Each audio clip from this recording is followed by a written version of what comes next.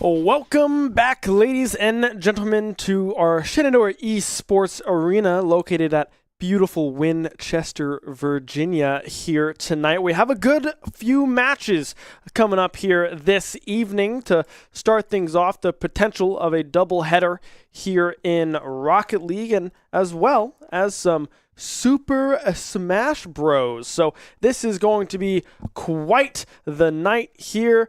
And frankly, I cannot wait to get this one kicked off. I mean, first things first, we have our Rocket League matchups here tonight. First up against Ferris State.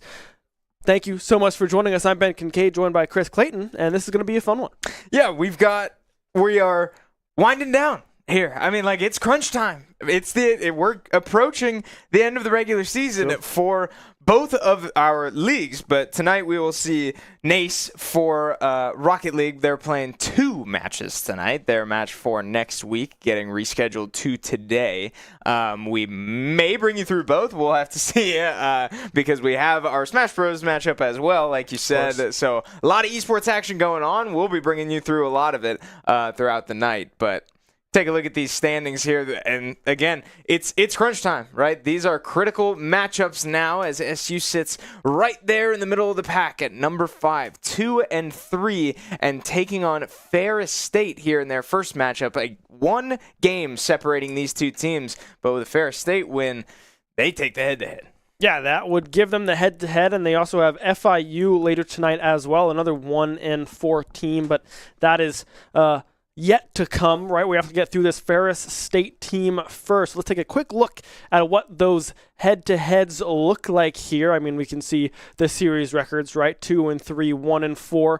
The games won as well, heavily in favor there of SU, 7-9, whereas on the side of Ferris State, 5-14. Not what you are looking for here from this squad.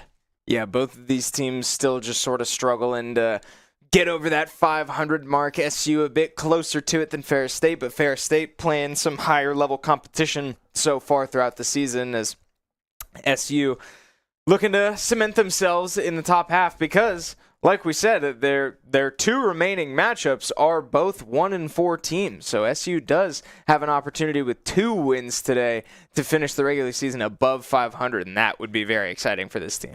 Yeah, that would be a huge accomplishment for this SU roster. And, well, speaking of rosters, might as well take a quick look at what the competition looks like. Here on the side of Ferris State, we have Just Sky, Pulse, and Tony here in the driver's seats for Ferris State. An SSL and, I believe, 2 GC1s on the squad here tonight for Ferris State. So looking to put up a fight against SU's roster. Yeah, very similar roster to this one on your screen. It sounds like 1 pretty serious heavy hitter and then 2 sort of facilitators trying to enable the team's potential between the 3 of them. The SU this semester has really taken a very different approach to their roster in the form of Mango, the traditional superstar for this team, the playmaker, sort of taking a backseat, taking less aggressive solo plays and building around his team, using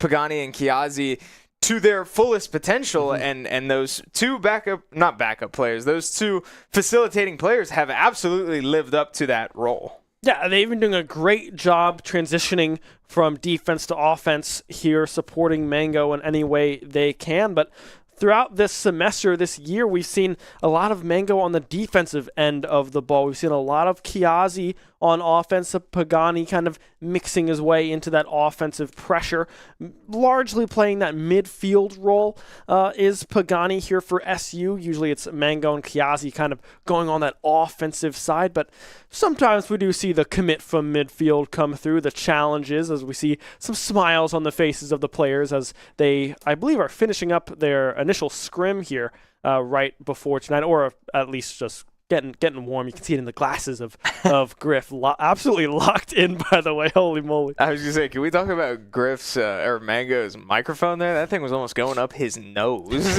But he's absolutely locked right now and ready for an important win. I mean, again, we said it. This team has taken a different approach this semester, but I think it boils down a lot to their rotations have been more fluid this semester compared to previous semesters. While Mango is still on the offensive side of the ball, he has been quick to get back. Pagani, usually the one very comfortable sitting in the backfield, sitting on his own side of the field, getting more comfortable, pushing up past the midfield point, and Kiazi obviously putting some serious shots on goal this semester. All of these players sort of sticking to what they've been doing best, but we've really seen a resurgence in the parts of the game where they have not thrived in previous semesters, and it has resulted in an exciting formula. Yeah, I mean, they have been messing around with some new things, some new formulas, like you say, and it's been working pretty well so far, right? I mean, I know we sit at that 2-3 record, but it's been close games through and through, right? SU has been doing a great job at keeping up with the pace of play and frankly, taking the challenges where they are needed and transitioning that very well into offensive pressure, right? Their defense has been looking very, very strong. Sure, at the beginning of the semester, we saw some miscommunication, some miscues here and there, but frankly, it seems like it's been cleaned up a lot here towards the tail end of this semester, of this regular season here for NACE, and they're trying to punch their ticket to a potential playoff berth here tonight. Yeah, that's a lot on the line. I also just realized that I am a floating head and hands with a Gen G text. We just got a good look at ourselves. That's on me. Repping the brand. Shout out SU. Signing a new partnership deal with Gen G. But didn't quite think that one out. I mean, I am properly invisible. But anyway, it works. It does work. I want to look back to last week. Last time we saw this Rocket League team play was against Cumberland's B team, where they found themselves down 3-0 and started to mount a impressive looking comeback, winning the next two games, and in those two games putting together some of the most cohesive offense I've seen from them all season. And that has been the story of this team, not only this semester, but in previous semesters, right? They tend to be a bit of a scaling team, you know, like a T1 at Worlds. You start maybe learning the patch. That's more of a T1 thing. But finding your feed, feeling out, getting a download on the opponents, and then applying what you've learned throughout the season to your game later on in the important games. And while they did fall short and had to dig themselves out of a bit too deep of a hole in that series, it was exciting to see it all really click, because you really could feel sort of a switch flip in their minds and in their play that resulted in a very exciting Rocket League series. So that's the question coming into tonight. Is that the SU Rocket League we're going to see? Are they going to take time to get there again? Because that's what this team needs to establish now, is the consistency to perform at that level. Yeah, no, I totally agree, right? I mean, last week, they, like you said, they looked very, very good. They were very aggressive in the air, not afraid to take these midfield chows, which we saw a little bit of hesitancy earlier on in the semester, and they've been winning out on them, right? They've been winning their 50s and not being afraid to have a ball go past, because they know that the rotation is already coming through from the other members of the team, right? They know that someone's always going to be back to catch a clear, catch a shot, if necessary, and it's kind of opened up and elevated the confidence, I feel, of this team. They've been far more aggressive in the aerial challenges, and it's been able to open up a lot of passing avenues from this team as well. I mean, we've seen a lot of backboard passes, some upper corner goal passes with some follow-ups coming through, and some fakes, some trickery coming through as well last week from this roster. So I mean, everything is trending in a very positive direction. It's just a matter of how long it takes them to get going, right? Because we know, watching SU, it takes them a little bit, right? They don't usually hit game one rolling, right? Sometimes they do, and that's always a pleasant surprise. But it does take usually a game or two to really fall into that flow state for this roster. Yeah, and unfortunately, this is not a one-sided game either. There's a lot that we don't know about Ferris State, especially when you match up into a team so similar structurally to your own. It can be tempting, if Mango feels the pressure of, hey, I'm statistically the best player on this team, and they have a very similar lineup, and they have one play. What is going on out there? I think it's just his shirt, honestly. I don't know. Mango might feel a lot of pressure to sort of, outperform that individual, maybe feel the need to shut down that individual and let his emotions creep into the game where they shouldn't. And, these are all mental aspects to the game that can affect anybody. I mean, what Kiazi, wake up, bro. What's going on out there? We saw the fast camera look there from Pagani as well, a little side eye to the camera. I appreciate the zoom as well onto Kiazi's spasm or whatever that was. It was definitely a yawn, but it elevated to something greater. Yeah. Not sure necessarily what that was, but hey, regardless, the team looks like they're having fun. They're happy to be here tonight, and that is always a good sign with this roster. Yeah, this team's very vibes-based, and that goes into what I was saying. It can be easy going up into a roster like Ferris State's that is so similar to yours to sort of let your emotions creep in and feel like you need to prove yourself more than normal. But it's good to see the team looking loose. Mango not looking up from his phone for a solid 90 seconds now. I'd say so. Where are your eyes, Pagani? Whoa. Come on now. he leaned forward. Something just happened on his screen that he's dumbfounded. He's like, what? What just happened? Yeah, look, he's looking back at the camera. He's a little eye roll there. Oh my goodness. I love it when they're just goofy. I don't know. It's just so fun to watch this team. They are just full of vibes, full of positivity. Kiazi, though. All right. So hope maybe there's a pan. He's going to do something afterwards. No, he's locked. He's locked in. He's training. I think he's in Baku's mod on some custom training courses right now. But yeah, locked in.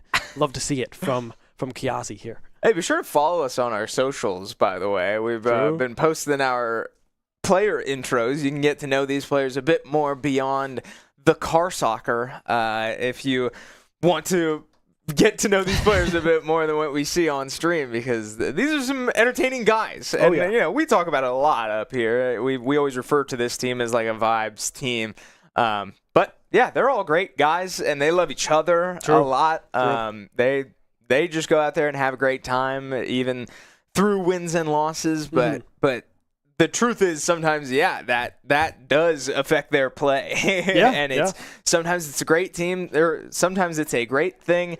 Sometimes it does get in the way for them. And again, it's all a matter of when the clock starts ticking, what SU are we going to see? Hopefully a very confident, a very aggressive, and a very cohesive team. But if things start to spiral, we saw it last week with Cumberland. They surprised me after going down 3-0, really started to build a comeback. It wasn't enough in the end, but that was a very impressive shift in momentum. But that's not sustainable at all. You cannot keep going into holes like that. So I do think these first two games are very critical. Yeah, it's going to be a big tell of what SU is going to look like for the remainder of a series, right? We've seen the mental get out of hand in some cases. We've seen the communication kind of drop, not a lot of comms throughout the team. So we'll have to see if that happens here today, but I don't foresee that happening just based off of just those player cams alone, right? They look like they are having fun and are going to take whatever happens with pride and on the chin, whatever it may be. So it's definitely going to be a good matchup here tonight. I think the teams are very even in skill level. We have GC 2 and 3, and then Mango's SSL, and then on the side of Ferris State, we have SSLs and GC 1s on that roster. So a fairly even skill level on paper. At least we know that in team formats, things can drastically change when you play with 3 people and you can talk to the other 2 the entire time. It's not just like a 3v3 and you can't talk to anyone other than ping, and that doesn't really help you that much when you say what a save and you miss it instead. Right. Yeah, it's not a great way to play Rocket League. I will say from experience. But yeah, we should be getting into things here soon as game time is approaching. I saw that we were attempting to load into a lobby, but it looks like we might be having some tech issues.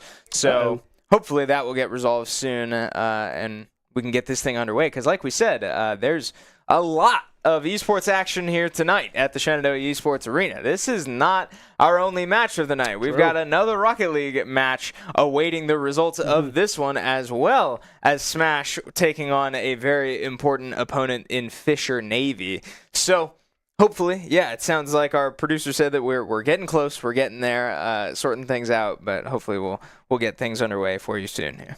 Yeah, I mean, it's going to be a fun night regardless, I feel, of the outcome. I know this Rocket League roster likes to, first and foremost, have fun. Wins are, of course, welcome whenever they come their way, but they are definitely a team here to have a blast in what is turning out to be a pretty fun season with this squad. I mean, you mentioned the social media posts of getting to know our players a little bit more, which is always a blast for the viewers. I mean, I know I'm in class with two of them. I mean, I know them pretty well, but for you guys to kind of learn a little bit more behind the scenes of how our team kind of operates and the personalities that we have behind our teams is always a fun thing. And we had some Smash Bros. Ones come out earlier as well. I mean, we've got the Varsity team here to perform an NECC here tonight in a good matchup here against Fisher. So, I mean, through and through, I think this is going to be a pretty exciting night of general esports. Yeah, I mean, SU Smash is on a tear right now, to put it simply. If any of you are here just for Rocket League, I would encourage you to stay all the way until we get to Smash if you are able, because this team is really putting something special together for what is, I believe, Igloo and Kip's last semester.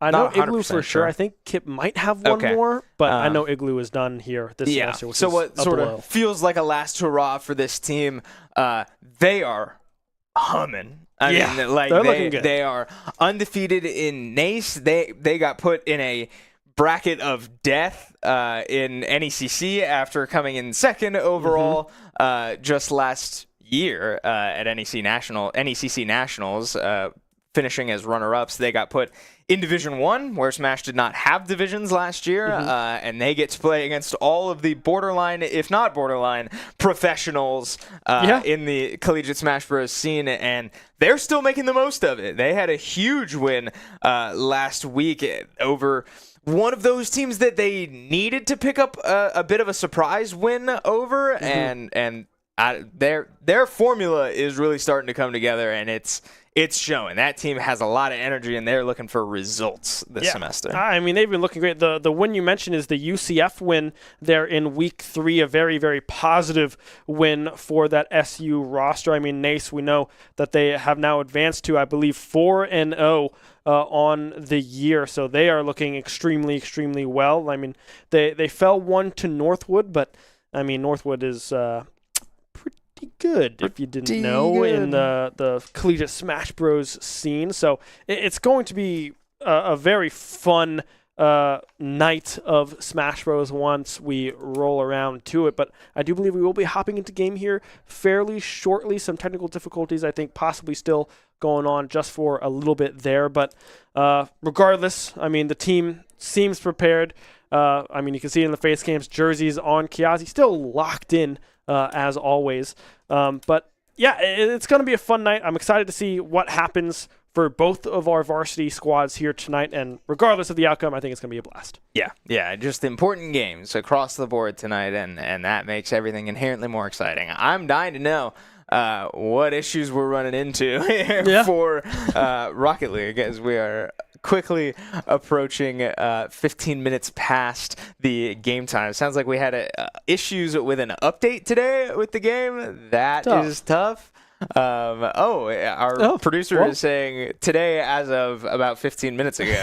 That'll do it. That's esports, baby. This is how we operate. We don't get to choose how to play our games. So, bear with us. We have to kneel down to the psionics gods, and we'll hopefully get into games soon. Yeah, hopefully very soon. I mean, that's just like you go to play a game, you're like, oh, I can't wait to play this, and then it's in maintenance for the next 2 hours, and you're like, oh, well, that kind of stinks. Like, I was looking forward to playing this game, and now I have to wait 2 hours for maintenance to stop.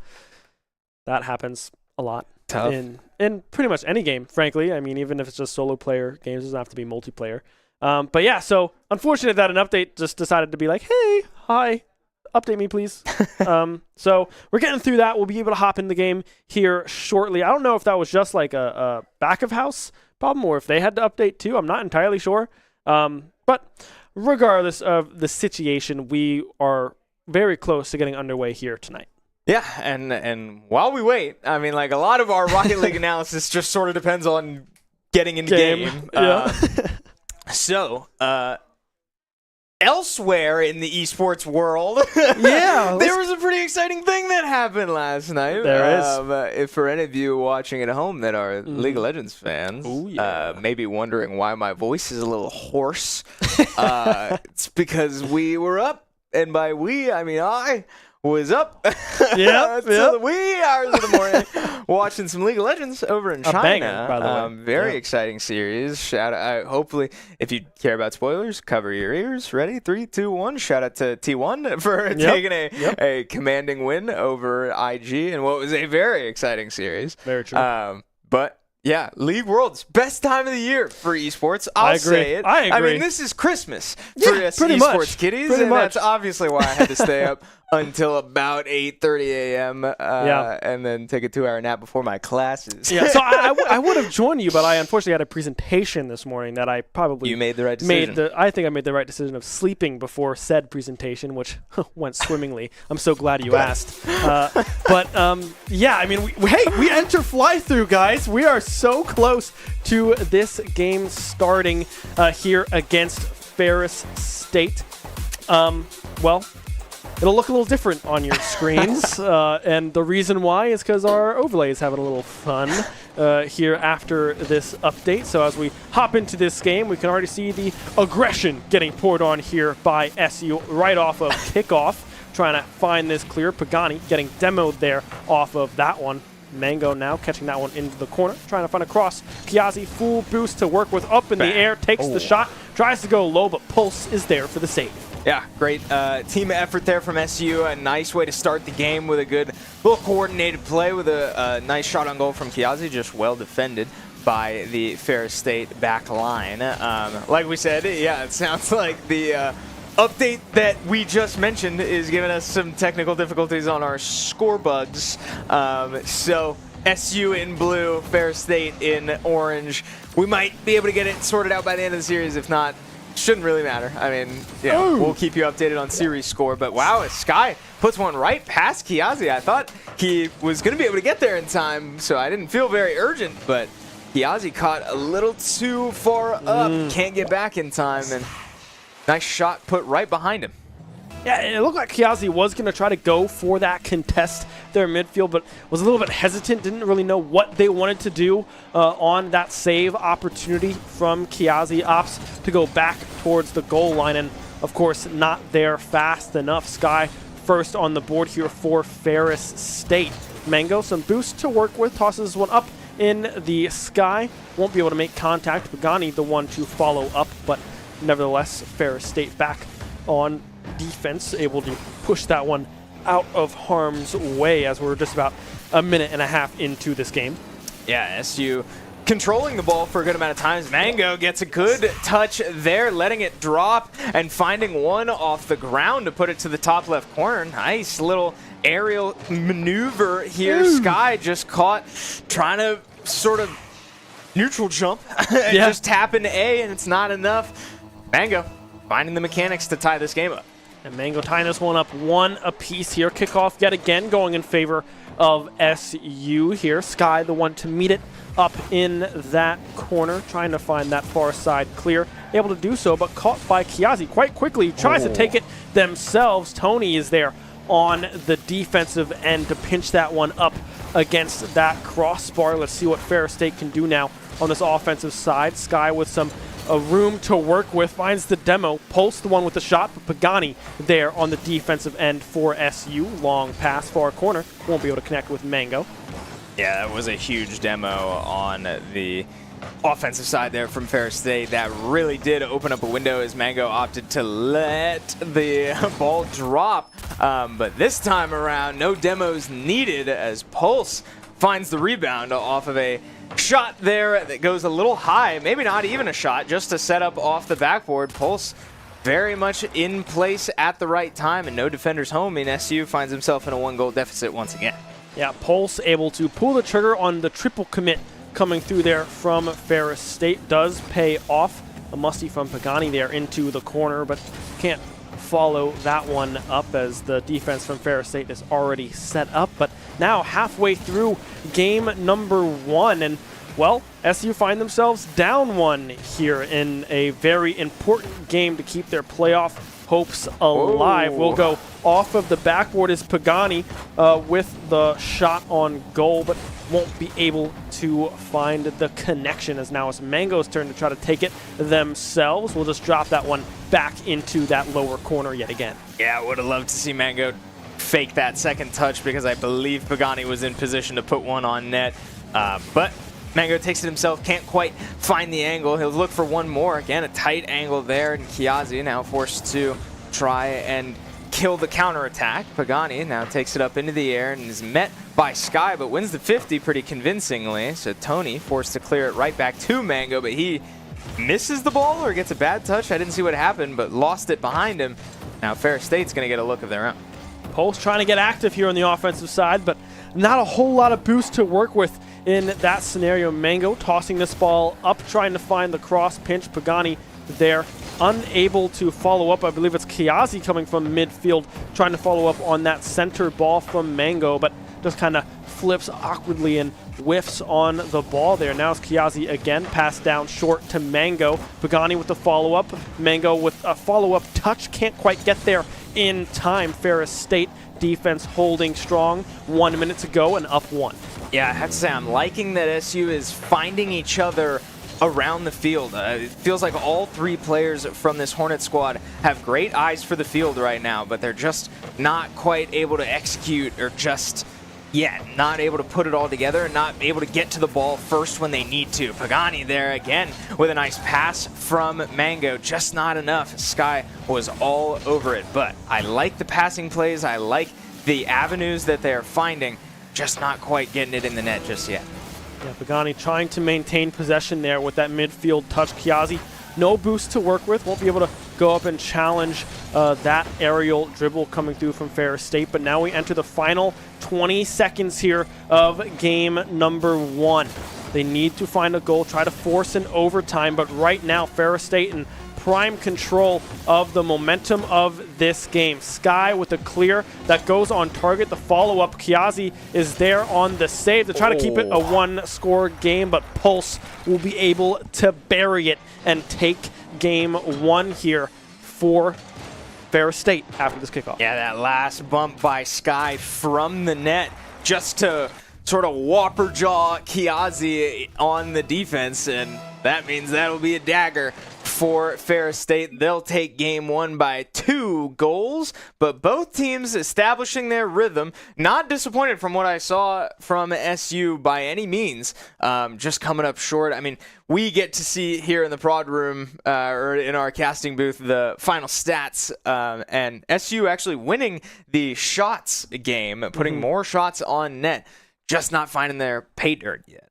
Yeah, and that just goes to show how good Ferris State was on defense, right?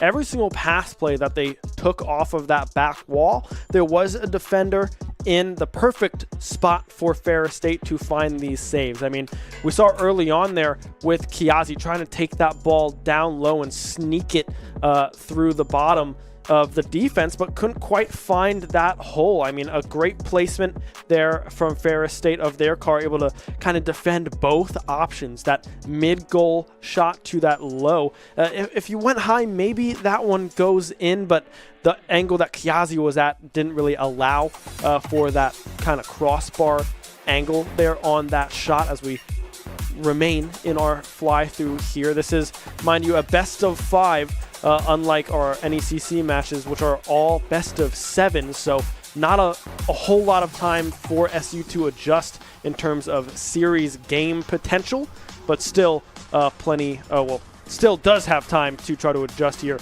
in this game too. Yeah, and if you're looking at things to adjust, it feels like the defense of Ferris State was really prepared and in position consistently for the passing plays I was talking about, for the shot from the second man.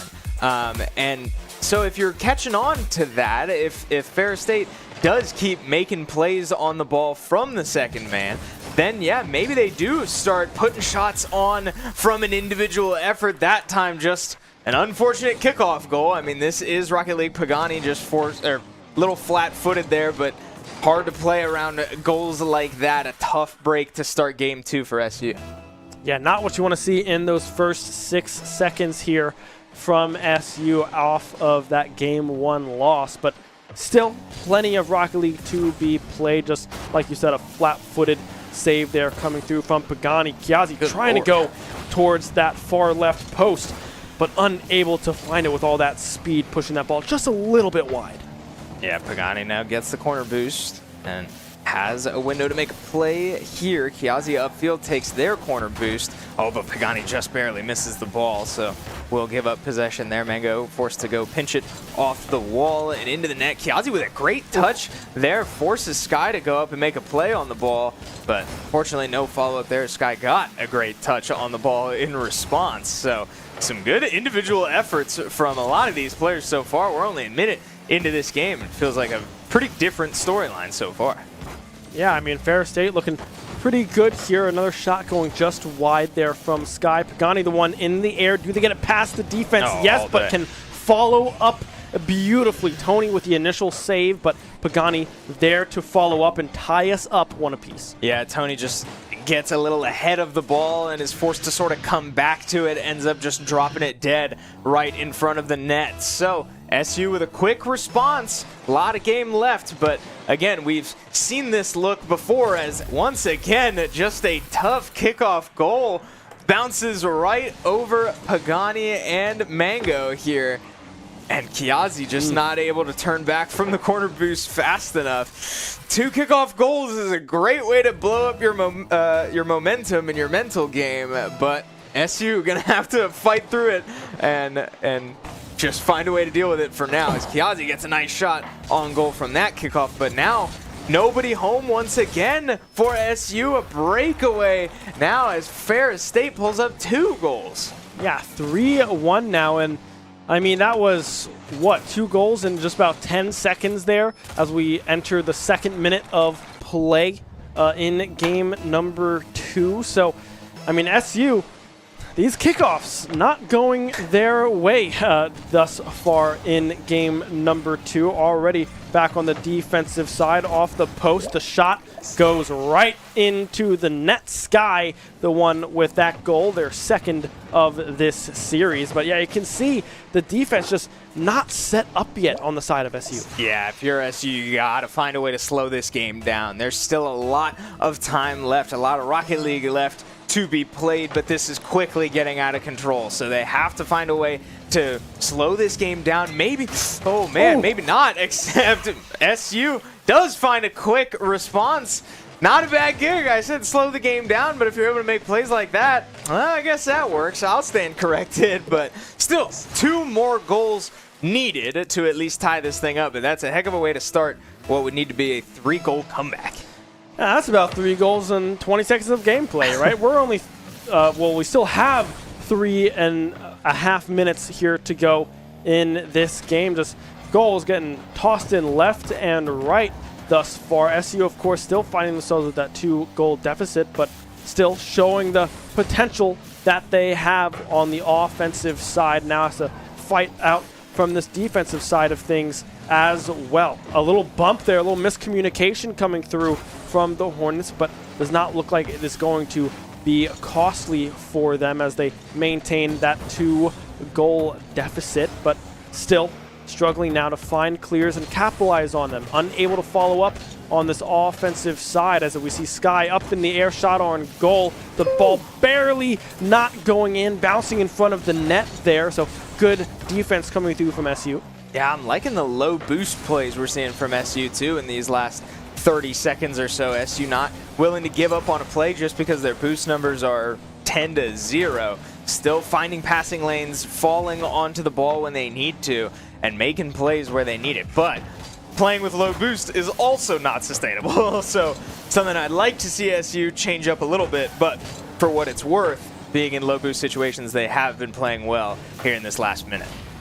Yeah, 2 minutes to go here now. Sky with the demo onto Kiazi, but Mango's the one in control, trying to find that drop down pass there to Pagani, but instead it gets pinched far corner on side of SU's half of the pitch. Pagani goes low, a pass to Pulse, centered from that player of Ferris State, but no one there to follow up for the squad. The double tap coming through from Sky off that post will be found, and it's now 5-2 in favor of Ferris State. Yeah, that felt like one you couldn't afford if you're SU. Pagani just a little late on the rotation. The double tap off the sidewall. Take a bit of a long developing play, but Pagani just a little too far on the backside of the goal. So Mango going to have to score a quick one. And he does exactly that. 0 boost, 0 problems. And we keep this thing a 2-score game. And you got to think of the fake there as well onto Pulse, able to readjust the car and go into that far corner instead of where Pulse was positioned there. They, like you say, find themselves back within 2, but a minute and a half to go here. They need to be able to find something and find something fast. Mango with some boosts to work with, but Sky able to find that double tap. Kiazi with the cross, but no one else from SU able to follow up. Pagani, the one in the corner, finding the pass, and Mango able to catch that one beautifully. Now only down 1 is SU. Man, I mean, this game is so hard to get a read on. Just 20 seconds ago, this was a 3-goal deficit, and I said that felt like one you couldn't afford to give because I didn't think there would be enough time in the game to make up for it. Well, this game has absolutely proven me wrong. On both sides, both of these teams showing that they're able to score quick when needed, but Pagani again just caught with his car perpendicular to the ball and can't make a play on it. So tough 50 there from Mango and Pagani. Ball just dies right in front of the net and waits for Sky to punch it in. So 2-goal deficit once again, but still over a minute to play, and with how this game has gone, that's plenty of time. Yeah, this is certainly a back-and-forth game here, right? I mean, we're approaching the final minute, and it's 6-4 in favor of Ferris State. Sky, the one with the carry, trying to find a clear for their team, but can't quite find what they were looking for. Pulse instead will be the one to find a clear. Was not on target, but still able to transition into some offensive pressure. Tony with a shot, Kiazi there with the save, and now SU, you got 45 seconds left. You're down 2. You have to find a goal in the next couple of seconds. Yeah, it is approaching desperation time in this game specifically. 30 seconds left. Pagani going up to try to set Mango up, but a nice touch there by Sky to get rid of any danger. Also by Pulse. One more by Sky again. The defense really showing up for Ferris State, not letting these plays develop. And now with low boost, forced to rotate back, SU is running out of time. Pagani's going to try to get this one downfield quick, but with 10 seconds and a man up to meet you, it won't be enough. SU's looking like they're going to drop to 0-2 in this series. Yeah, 1 second on the clock. As soon as this ball hits the ground or finds a goal, this game will be done. And Dustin still being kept up thus far by members of both teams, but nonetheless, SU drop 0-2 in the series and now have to come back with a reverse sweep to keep their playoff hopes alive. Yeah, just a weird game from both sides, admittedly, but especially for SU, just weird kickoff bounces, weird setups, weird 50s, just leading to unfortunate goals. It's hard to blame a game on, bad luck. I'm not a fan of that at all, but this is a game that's going to make me question that. That was just, weird sequence after weird sequence, and SU caught on the wrong side of all of them. Still able to put up 4 goals in crunch time and find quick responses when they needed to, and that's a very important thing to be able to put on tape here for this team, that they can score quick, they can respond quick, and they can score in critical moments, but again, just not enough to get over the hump for a win here, and it leads to SU taking their timeout down 2-0 in a best of 5. And a timeout coming through from SU, you saw in the player cams there as well. Mango doing some coaching to the squad. It's not over yet, right? We've seen miracles come through from this team. We've seen plenty of reverse sweeps, plenty of Game 7s, Game 5s go the Hornets' way with this roster. So not done and dusted. I'd like to see what SU cook up here in game number 3 to try to stay alive. But right now, it just feels like the defensive rotations are a little behind the ball, right? They're not able to get there quick enough. Maybe it's props to Fair State being able to capitalize on clears that seem like they might not be able to be transitioned into something, but they are able to transition that into something. A lot of it is Sky in the air, able to find these aerial dribbles and really set up follow-up potentials here from Pulse and Tony. Yeah, Sky is playing great right now for Fair State, and this player has consistently found very important touches on the ball and very deliberate clears, and that has been an Achilles heel for SU, especially when a team is able to punch a ball downfield in a quick counterattack breakaway. And we saw that in that exact game. I want to say it was goal like 3 or so. After 2 kickoff goals. The third one was a quick goal, but it was because SU committed 3 to a play, and Fair State's clear went all the way upfield, and nobody was home. That's not a fluke. That's a very heads-up play from Fair State to know that nobody's home and take advantage of it. So Fair State has been playing great on defense, finding ways to, convert shots on their own net into threats downfield, and it's becoming overwhelming for SU. Yeah, I mean, it's been tough for SU thus far to keep up with the pace of play.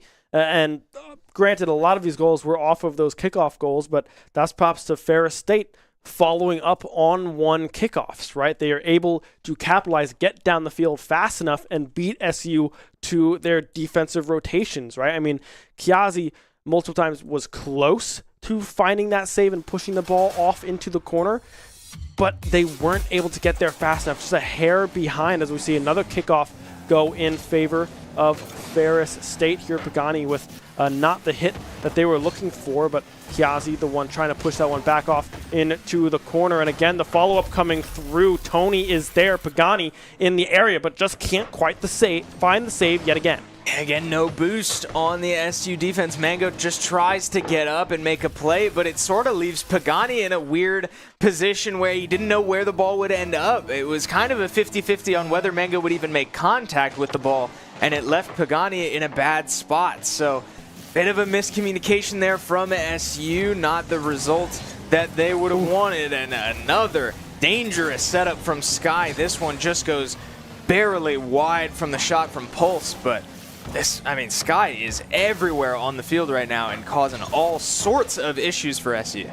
Yeah, Sky is definitely running the show right now in this series. Again, full boost to work with. The flip reset is there. Won't have to use it, and squeaks by the defense of SU yet again. Sky now with 5 goals on the series. Yeah, very impressive play there to just finger roll it right past Pagani. I mean, Pagani was there. Not much more you can ask for. He went up to contest the ball, but a great play from Sky to get it past him and put it on target at the same time. Sky, I can't say it enough, is really a problem for the Shenandoah roster, and they're going to have to figure it out in the next 4 minutes if they're to win this series and give themselves a shot at a postseason. Yeah, Kiazi trying to find something on the offensive side. Follow-up again coming through from Pulse. Sky with a shot top corner. Can find it. 3-0 now here for Ferris State.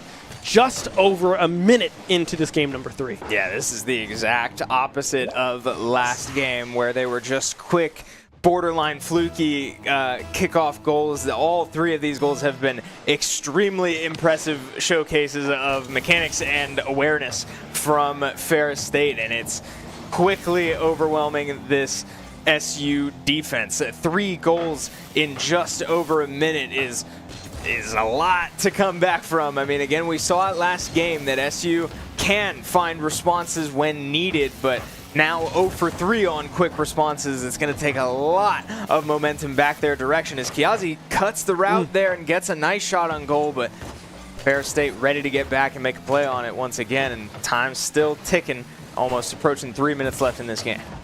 And Mango now trying to find a cross-center ball here towards Pagani, but can't quite connect there on that pass. Tony now on the defensive end. Pagani some boosts to work with, but shot goes just wide off of that top corner. Now it's Sky in possession, goes for the shot, but Mango the one back on the defensive side. Pulse, can he get there in time? No. Pagani beats him to the ball, and this could be an opportunity for SU, but instead it's Sky yet again back on the defensive end of things for Ferris State. Yeah, that save from Mango felt like a must. I absolutely needed to have that. If you drop 4-0 on a play like that, then you might have to chalk this one up, but SU still fighting in this game, very much in it, but gonna have to find their way downfield quick. Pagani taps the ball up into the corner. Mango with a follow-up as Pagani was cut off, but again, quick counterattack downfield off the hands of Sky. Mango forced to go back and catch it, try to make a play all the way from his own corner, but those are low percentage plays, and Mango just trying to make the most of the moment. Kiazi's going to try to put one on. Ooh. Can't quite get there, and Mango not coming from the right angle to put one in. So 2 minutes left, and SU still just trying to find their first.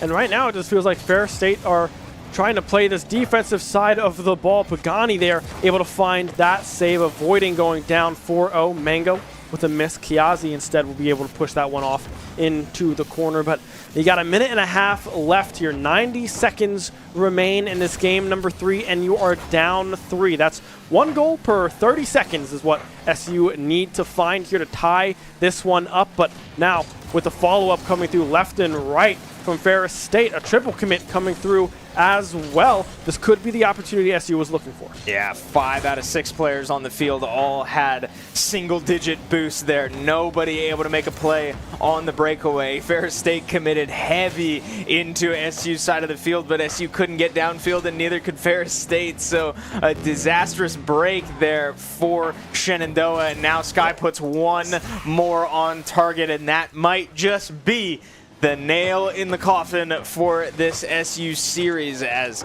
I mean, Sky is putting on a show right now for Ferris State. Yeah, that's 7 goals now in this series in these 3 games here for Sky. You have 57 seconds left. You're down 4 as SU. The kickoff going yet again in favor. The follow-up coming through from Sky. Goes for the bump onto Mango, but can't quite find it. Mango is able to find that save, but you're down 4, 45 seconds. You have to score incredibly fast if you want to try to stay in this game. And right now, it just seems like Ferris State are in complete control of the ball, the momentum, everything here in this game. Yeah, I can't stress it enough. This is a complete different story from Game 1 and Game 2. SU had plenty of things to be proud of in terms of maintaining possession, finding good shots, finding good looks, passing plays. I said it earlier, eyes for the field. We have seen exactly none of that here in this game until now. A nice little setup there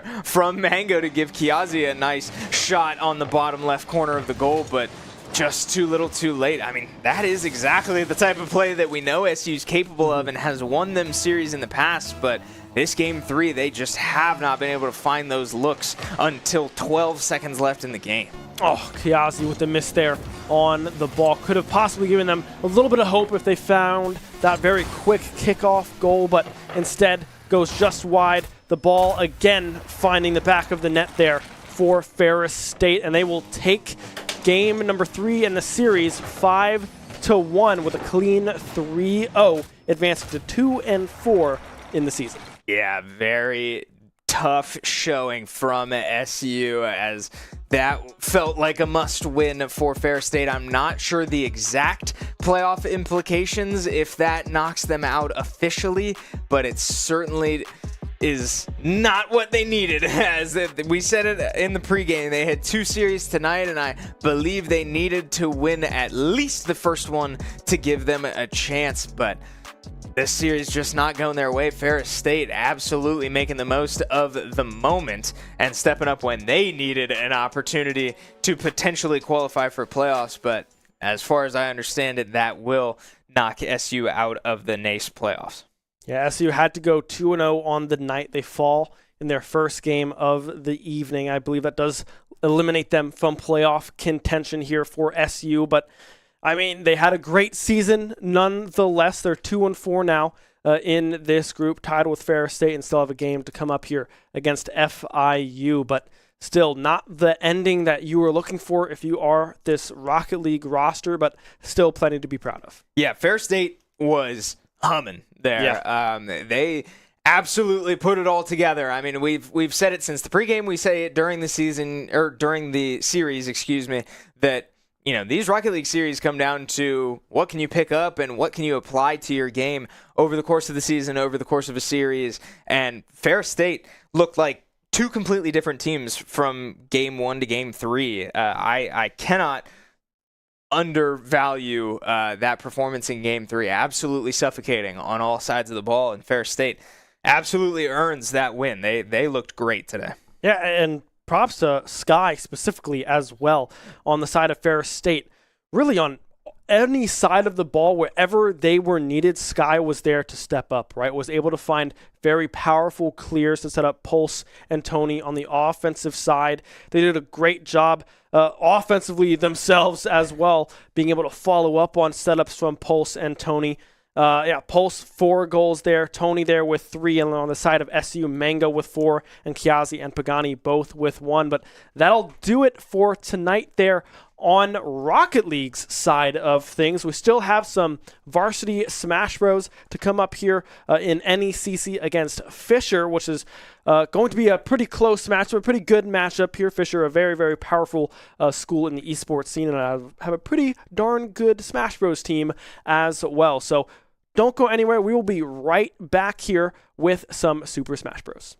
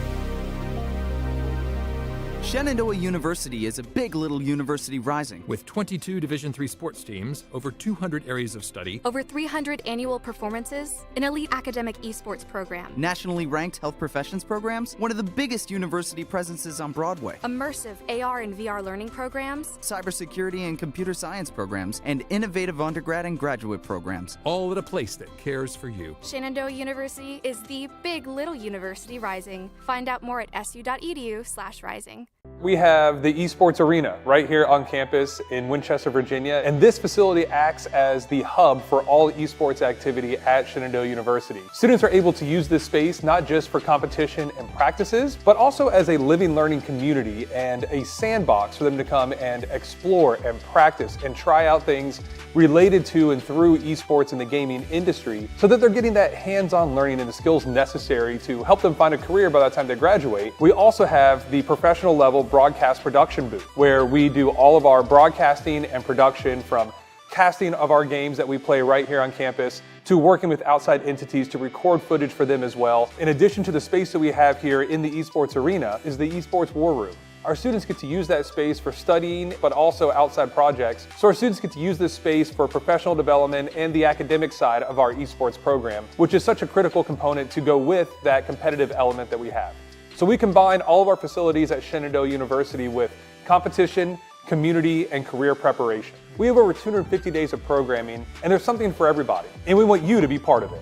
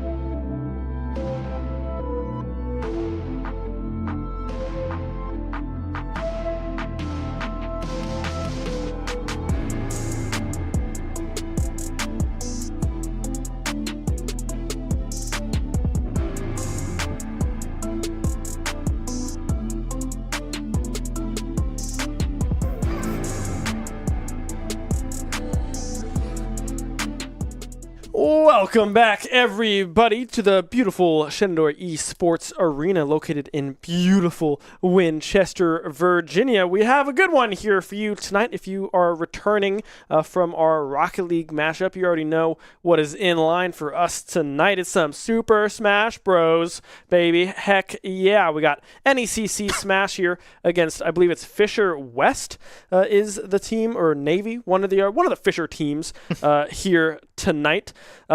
But yeah, it's going to be a very, very good matchup.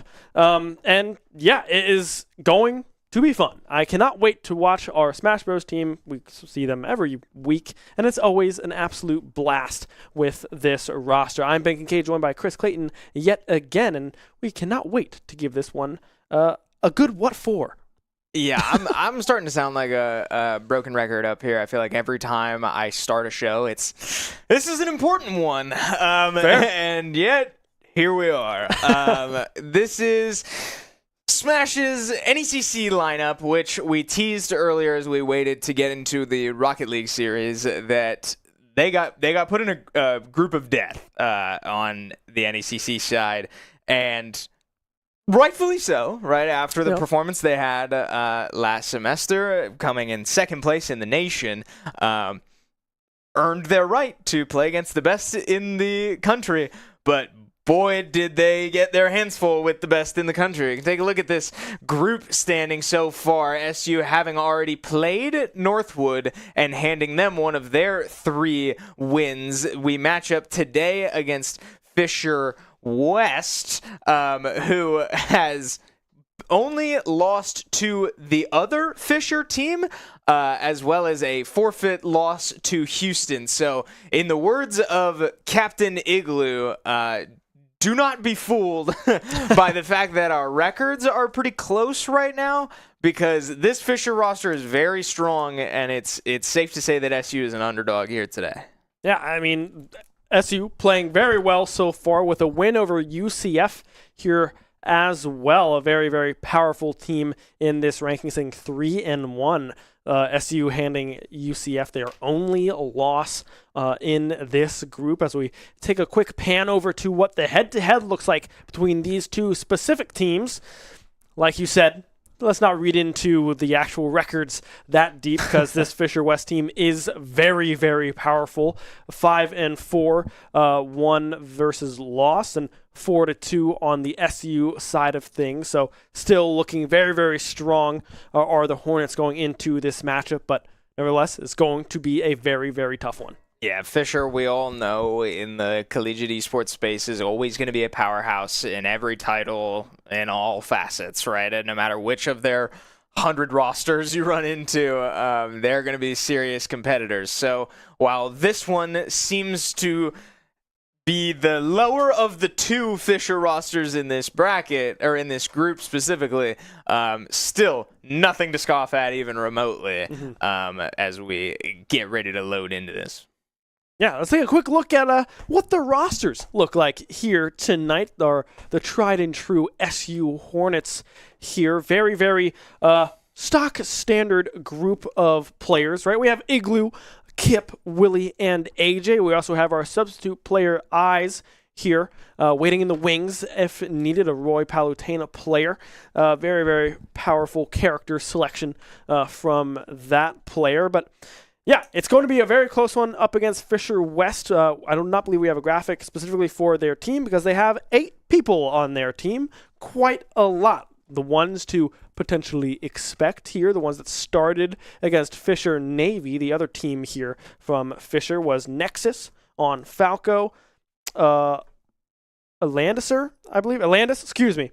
On Snake, my handwriting is awful. It was Tasda Best on Wolf, and Sin on Jigglypuff. So very, very strong characters coming through from Fisher West. Yeah, interesting lineup there, character-wise especially, because yeah, we're gonna have a Falco Ditto, we're gonna have a Jigglypuff who we had on our roster just last semester in the form of Far Rhombus. We have another Snake who SU has become reluctantly extremely familiar with, and then a Wolf who SU also had on their roster over a year ago with Nibstafa. So lots of familiar faces, familiar for different reasons, but ultimately a pretty well-rounded roster, as well as some strong sub options in the form of another Snake player, which for what it's worth, only one of them can play Snake, so you can all take a sigh of relief that we don't have to watch 6 stocks of that. But the big factor here tonight, undeniably, is that Fisher is inherently very long distance. They're all online. Well, not all of them, but that's they're mostly online, if not all online.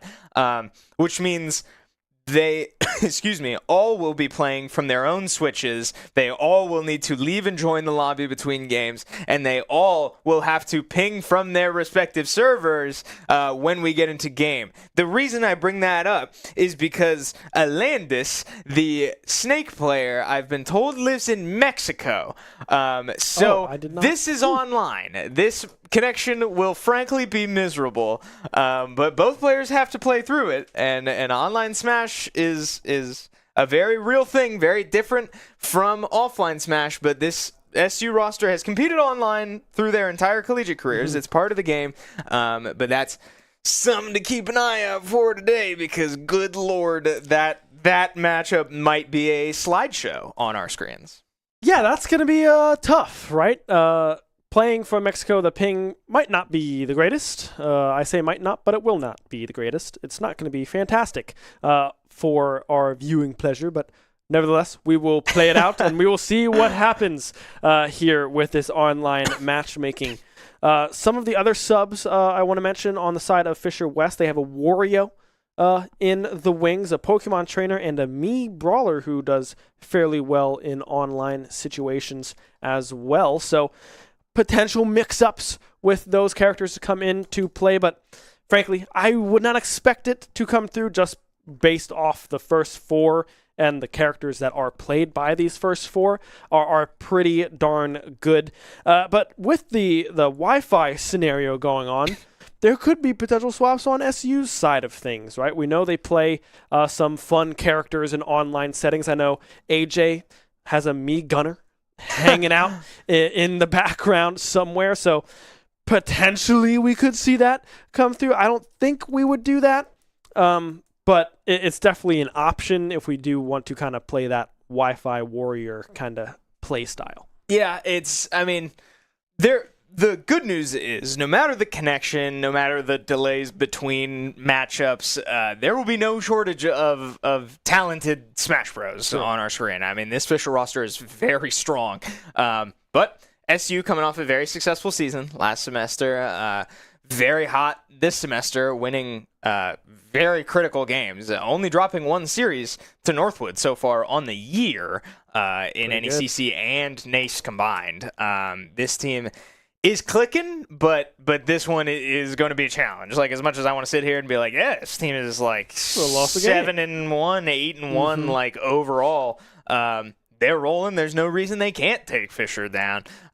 It's going to be hard. I can't sit here and say this is going to be a swamp or a slam either direction, but sort of what we saw last week with SU's matchup against Central Florida was, I said it on the desk, and I ended up being a little bit wrong when I got to talk to Captain Igloo after the series. But my approach to that, or my read on that series, was that SU was just going to have to sort of get their one. I mean, it was a very simple. Yeah. It was, the strategy was that there was a lack of strategy in that you're not going to outwit a roster like that because of their depth, because of their options, because of their versatility. And tonight is no exception. Now, after that series, I got to talk to Igloo, and there was some very deliberate decision-making in who went in where.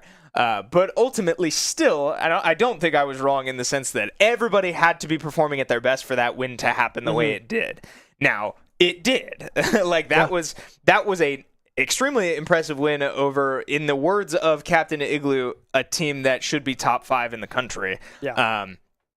But SU able to throw them off their game a little bit and get them to play some players that they might not have originally, gave them an advantage. So, yes, you bring up a good point about, maybe SU does change up their rhythm a little bit, but if they do, everybody still will have to be firing on all cylinders for every part of this series. Yeah, and the UCF series was a little bit of a mix-up as well, because we saw mix-ups of the lineup, of the order in which SU put players in, right? Willie went in second in the first set against UCF, which is something we pretty much never see. We always see Willie towards the end. So, I mean, that sends a message to the rest of the teams in this group that we'll mix things up if we really think there's an avenue of approach, right? We do not have, well, I mean, I like to think we have a set anchor in Willie, but that matchup kind of told me otherwise, right? It was Igloo the one to anchor and take 4 stocks in that first set to put them up 1-0 in the series. So there's definitely a lot more potential for mix-up than we initially expected from this roster coming into this year. And frankly, I love that. I like the ability to switch things on the fly, make a decision, and stick to it, and win with that decision, right? They looked very, very clean against UCF. I mean, it was a very close matchup, but that was just great Smash Bros. Through and through from every member of every team, right? So being able to pull up with that win with the mix-up inside of that win is definitely a big, big tell for the way this SU team has been playing thus far. Yeah, and as much as it does boil down to them playing as a team, I have to credit Igloo out there for usually being the one to pull the trigger on these strategies, to really research matchups and his own reasoning, to challenge himself in all mental aspects of the game to prepare for these matchups, and it has paid off for this SU squad. I mean, for his last semester here, they're humming. I've said it a couple times today, and I mean it. Like it really is. The stars are aligning for this team, and I hope that I don't jinx it now. I don't have wood to smack. I don't know. But there's boxes over here. Are those on camera? Barely. Like kind of right there. All right, Bang, there we go. knocked.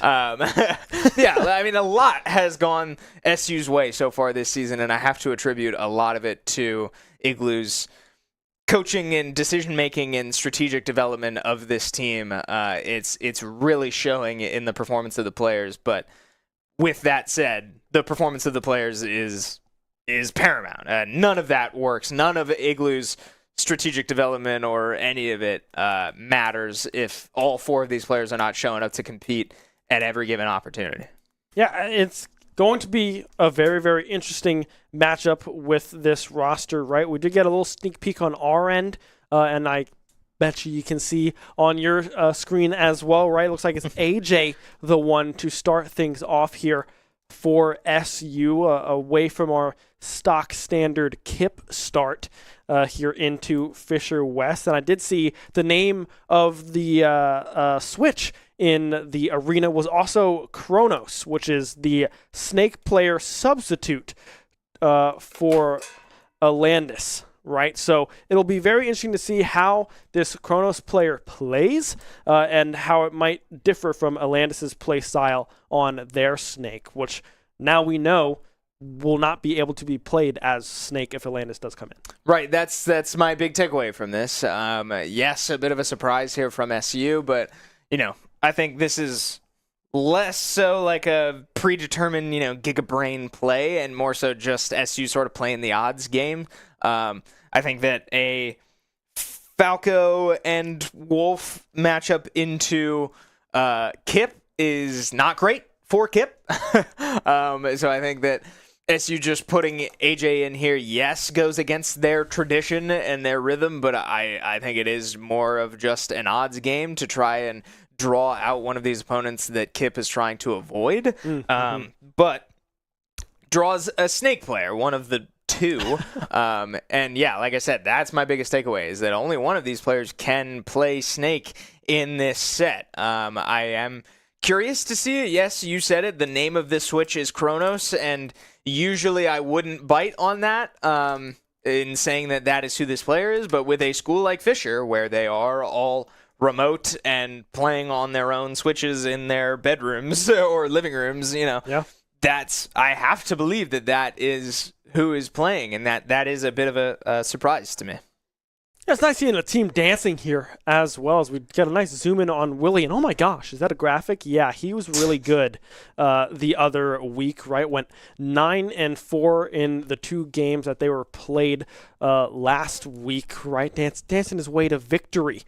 He is hoping to secure that one here tonight as well. But yeah, it's going to be a very, very close matchup. Glad to see that the vibes are high here at Shenandoah University Smash Bros team. And AJ danced it up. Kip kind of got a little jiggy with it, a little shoulder movement here and there. Igloo with a slight grin. Very stone-faced player is Igloo. Very, very good at what he does on that Yoshi and or Samus, whatever they decide to go in on. But yeah, nice to see that the team looks loose outside, waiting this very, very tough opponent. Yeah, and I hope they can stay that way. I would be lying if I said this will not be a factor that we are 12 minutes past kickoff and not in game yet. That's True. something that we will see throughout this series, and I know that SU has gotten frustrated in the past with delays like this, and so I certainly hope that is not a factor in their play tonight. That they can keep a level head and know that this is coming and sort of prepare for it. That hey, yeah, we are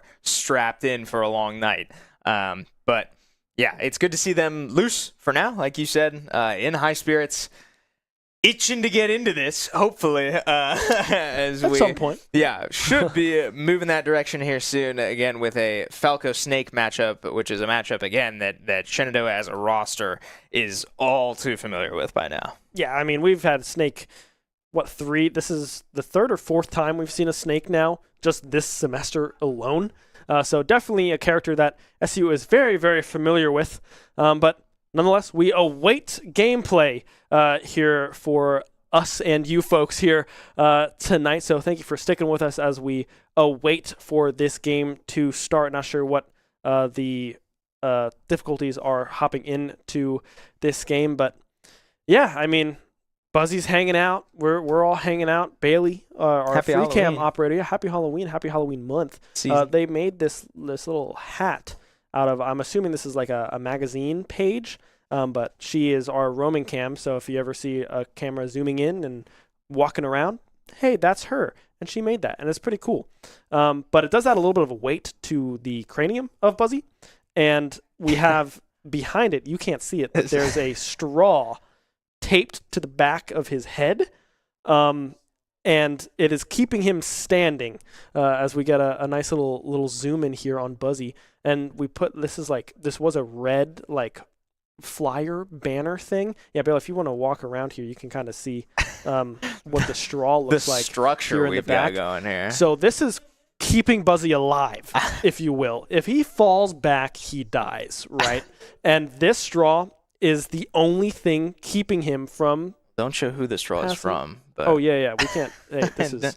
walk yeah. more that way. Yeah, just see the front of it. Yeah, ignore any branding on the straw wrapper. But yeah, he's hanging out. He's got a mic ready to kind of get things going. A little dice here that says a lot of nice little things. If you get really mad in a game, you can take 4 deep breaths, or you can listen to music, or take a 15-minute walk. So yeah, some nice things here from Buzzy, making sure everyone, stays sane here in the esports arena. But yeah, so hopefully he doesn't fall. That would be sad to see Buzzy kind of disappear in the middle of a series. Like we come back and Buzzy's just gone.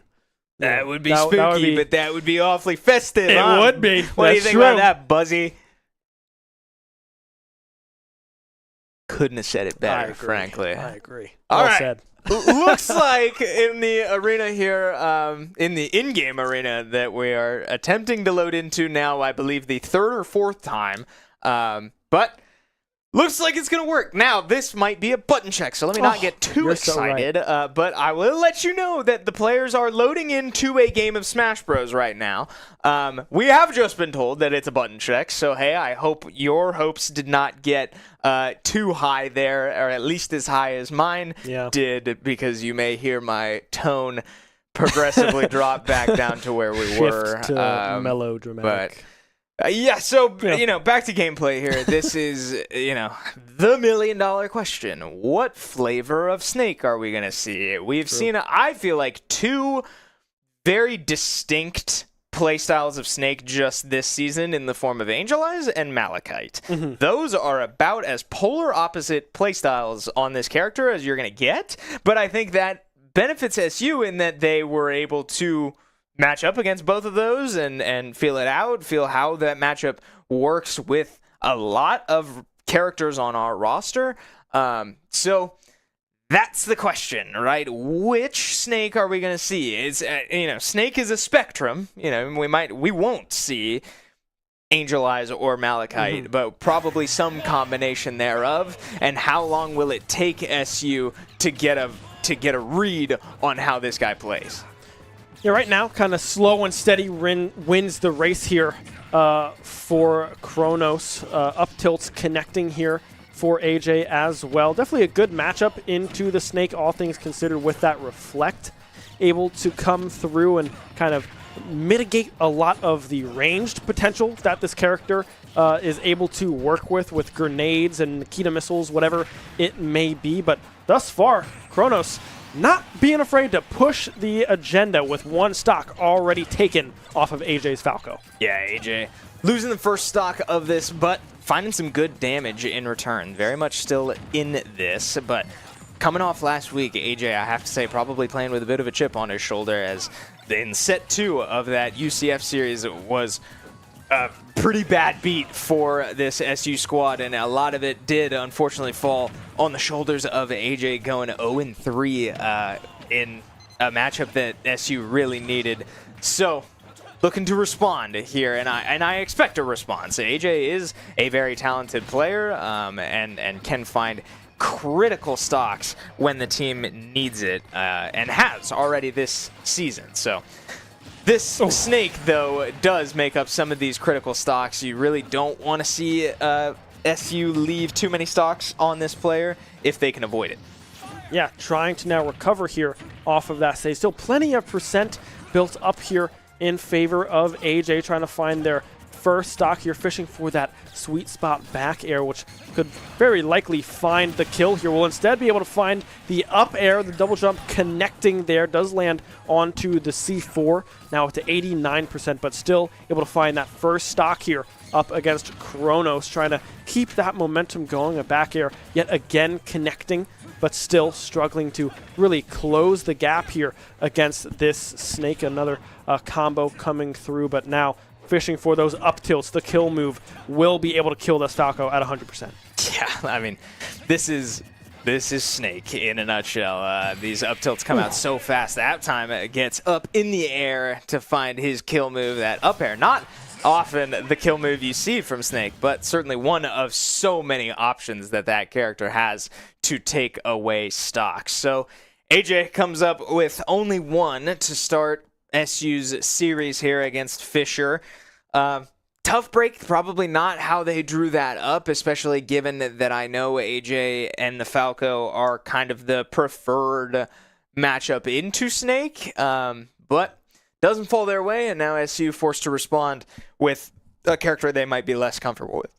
Yeah, it does look like it's going to be Igloo sitting down in the chair there, expecting a Yoshi to come out from this player as we go through our stage pick ban phase here. But Kronos only surviving with 2 stocks, right? Still a very positive outing coming through from that player, but props to AJ, able to secure that first stock and set Igloo up with potential to save 3 stocks of their own and tie this one up at 9 apiece. But right now, SU already falling behind early. Will have to claw their way back to try to tie this one up. Yeah, good news is SU's got some serious pinch hitters on their roster. I mean, this team is comprised of players that can go in and make up ground when they need to, or at least have the capability to do so. It's just a matter of who's going to do it and when. Again, thankfully, I would say all three of the remaining players are very capable of making up stocks. Because again, if you take this into a numbers game, right, each player is expected to take 3 stocks on average before losing 3 of their own. I'm far from a mathematician, but I believe 1 is less than 3, which then means that the rest of the SU squad needs to average more than 3 going forward. So who's going to be the one to do it?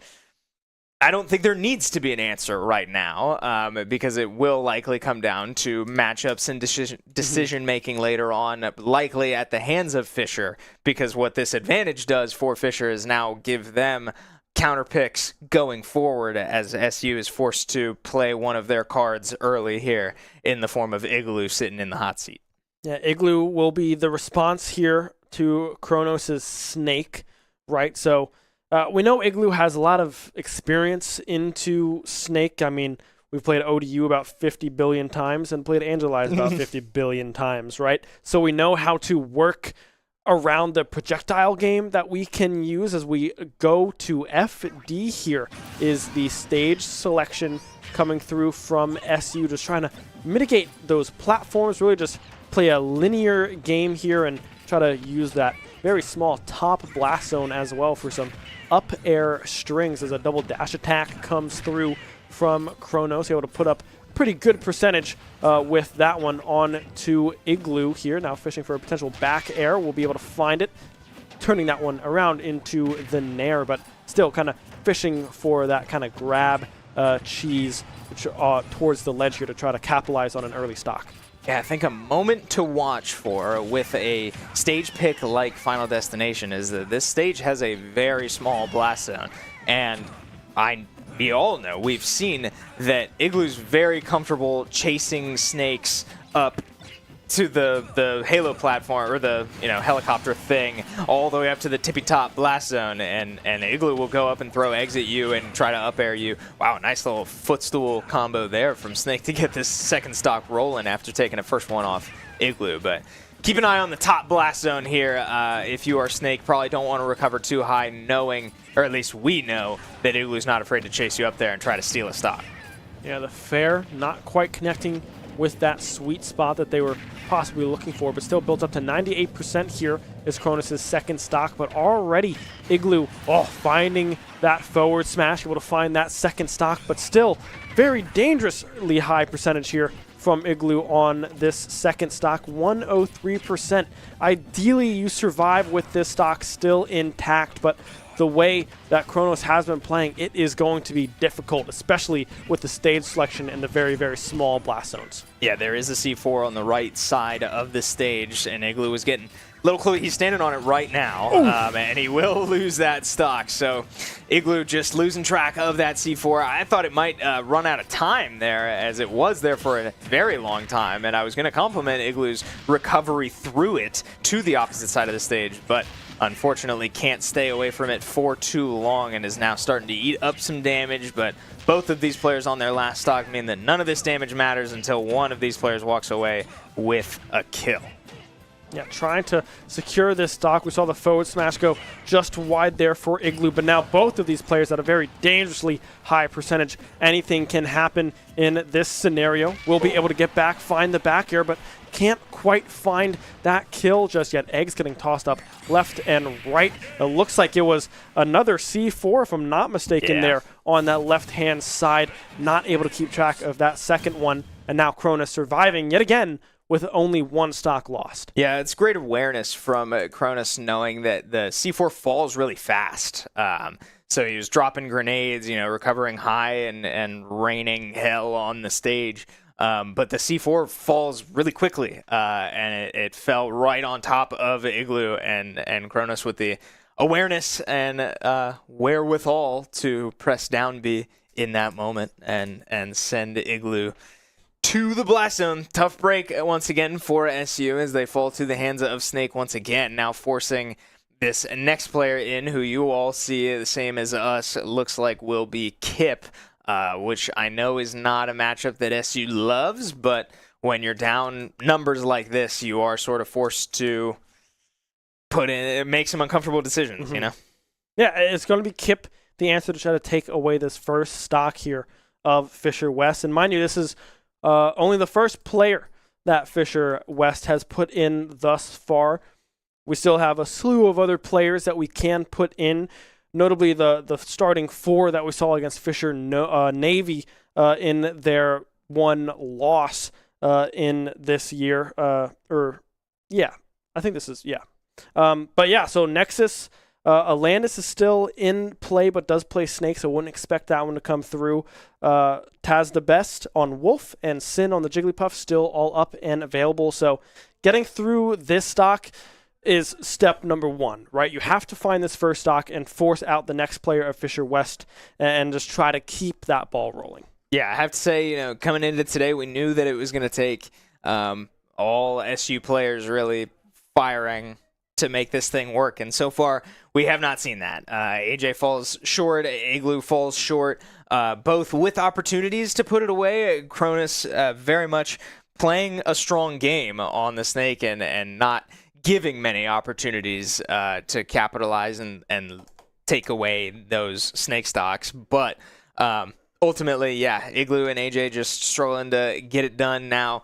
6 stocks in the hands of Cronus is not at all how you'd like to see your winning formula start. Good news is plenty of Smash left to be played, both in this set and in this series.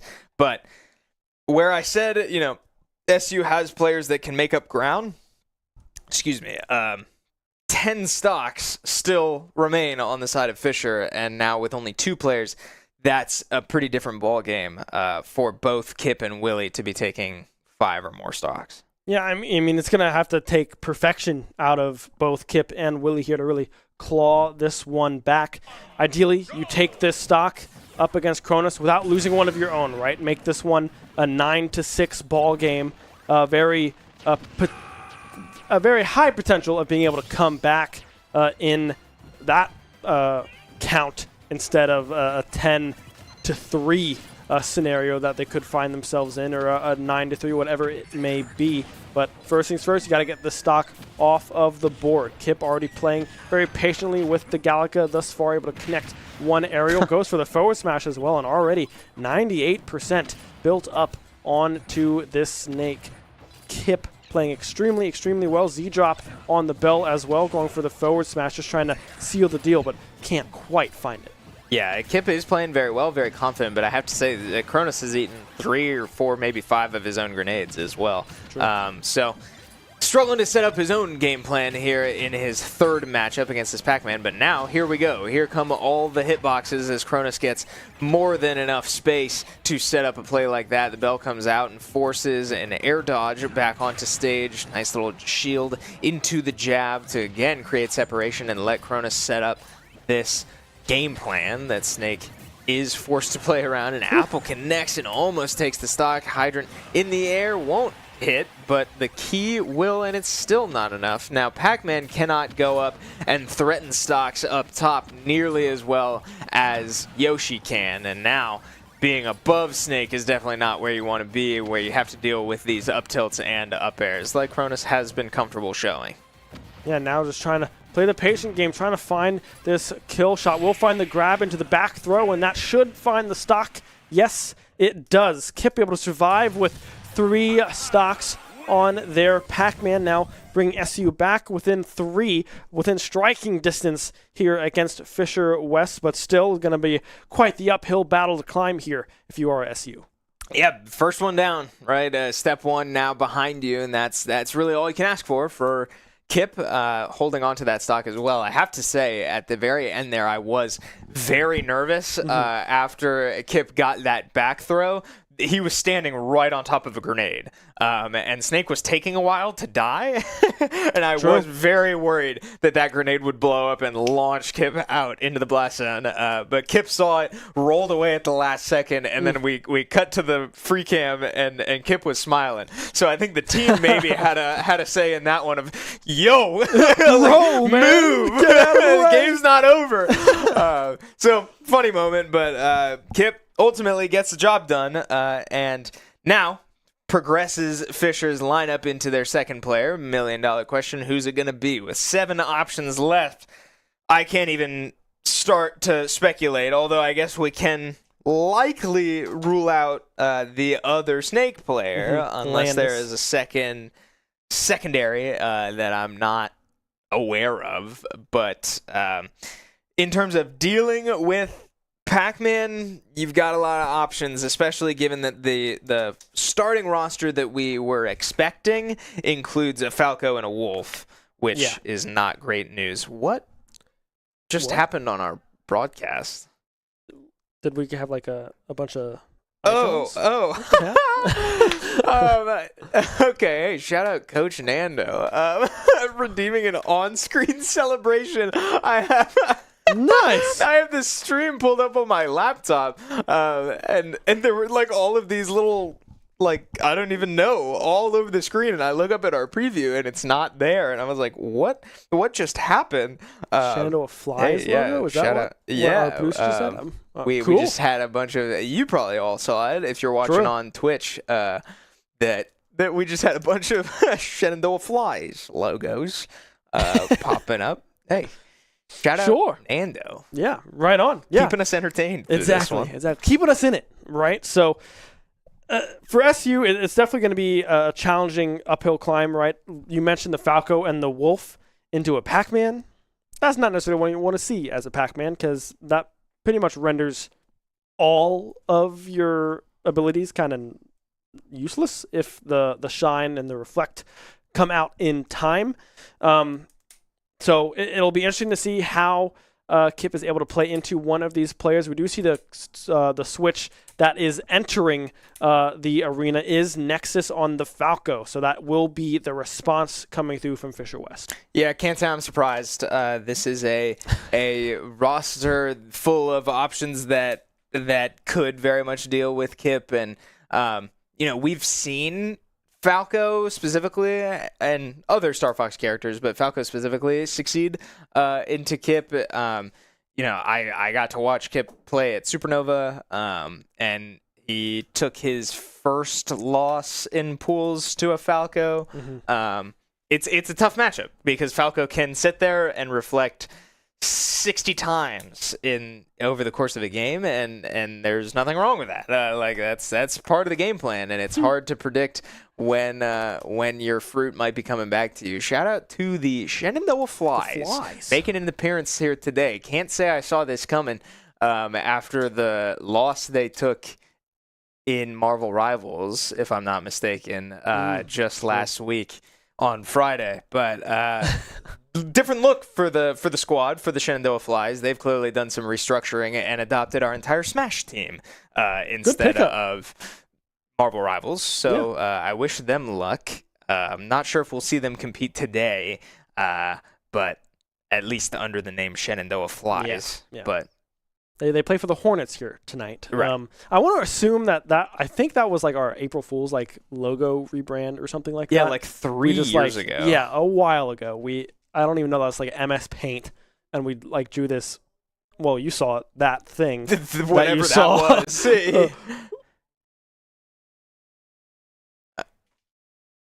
Well, sure. Thanks, producer. I don't know what our Ian, producer for making even really us said freeze, to us on the desk. But, yeah. He said it was a Collegiate Esports Guess the Logo challenge, and whoever was guessing, I forget who it was. I remember this video now. Oh, they called us the Flies. Called us the Flies. And then for an April Fool's, though, we did switch to the Flies. Take that image and nice. became the Shenandoah Flies. So there you go. It was some guy's girlfriend, as I'm hearing our producer say, into his hot mic talk back.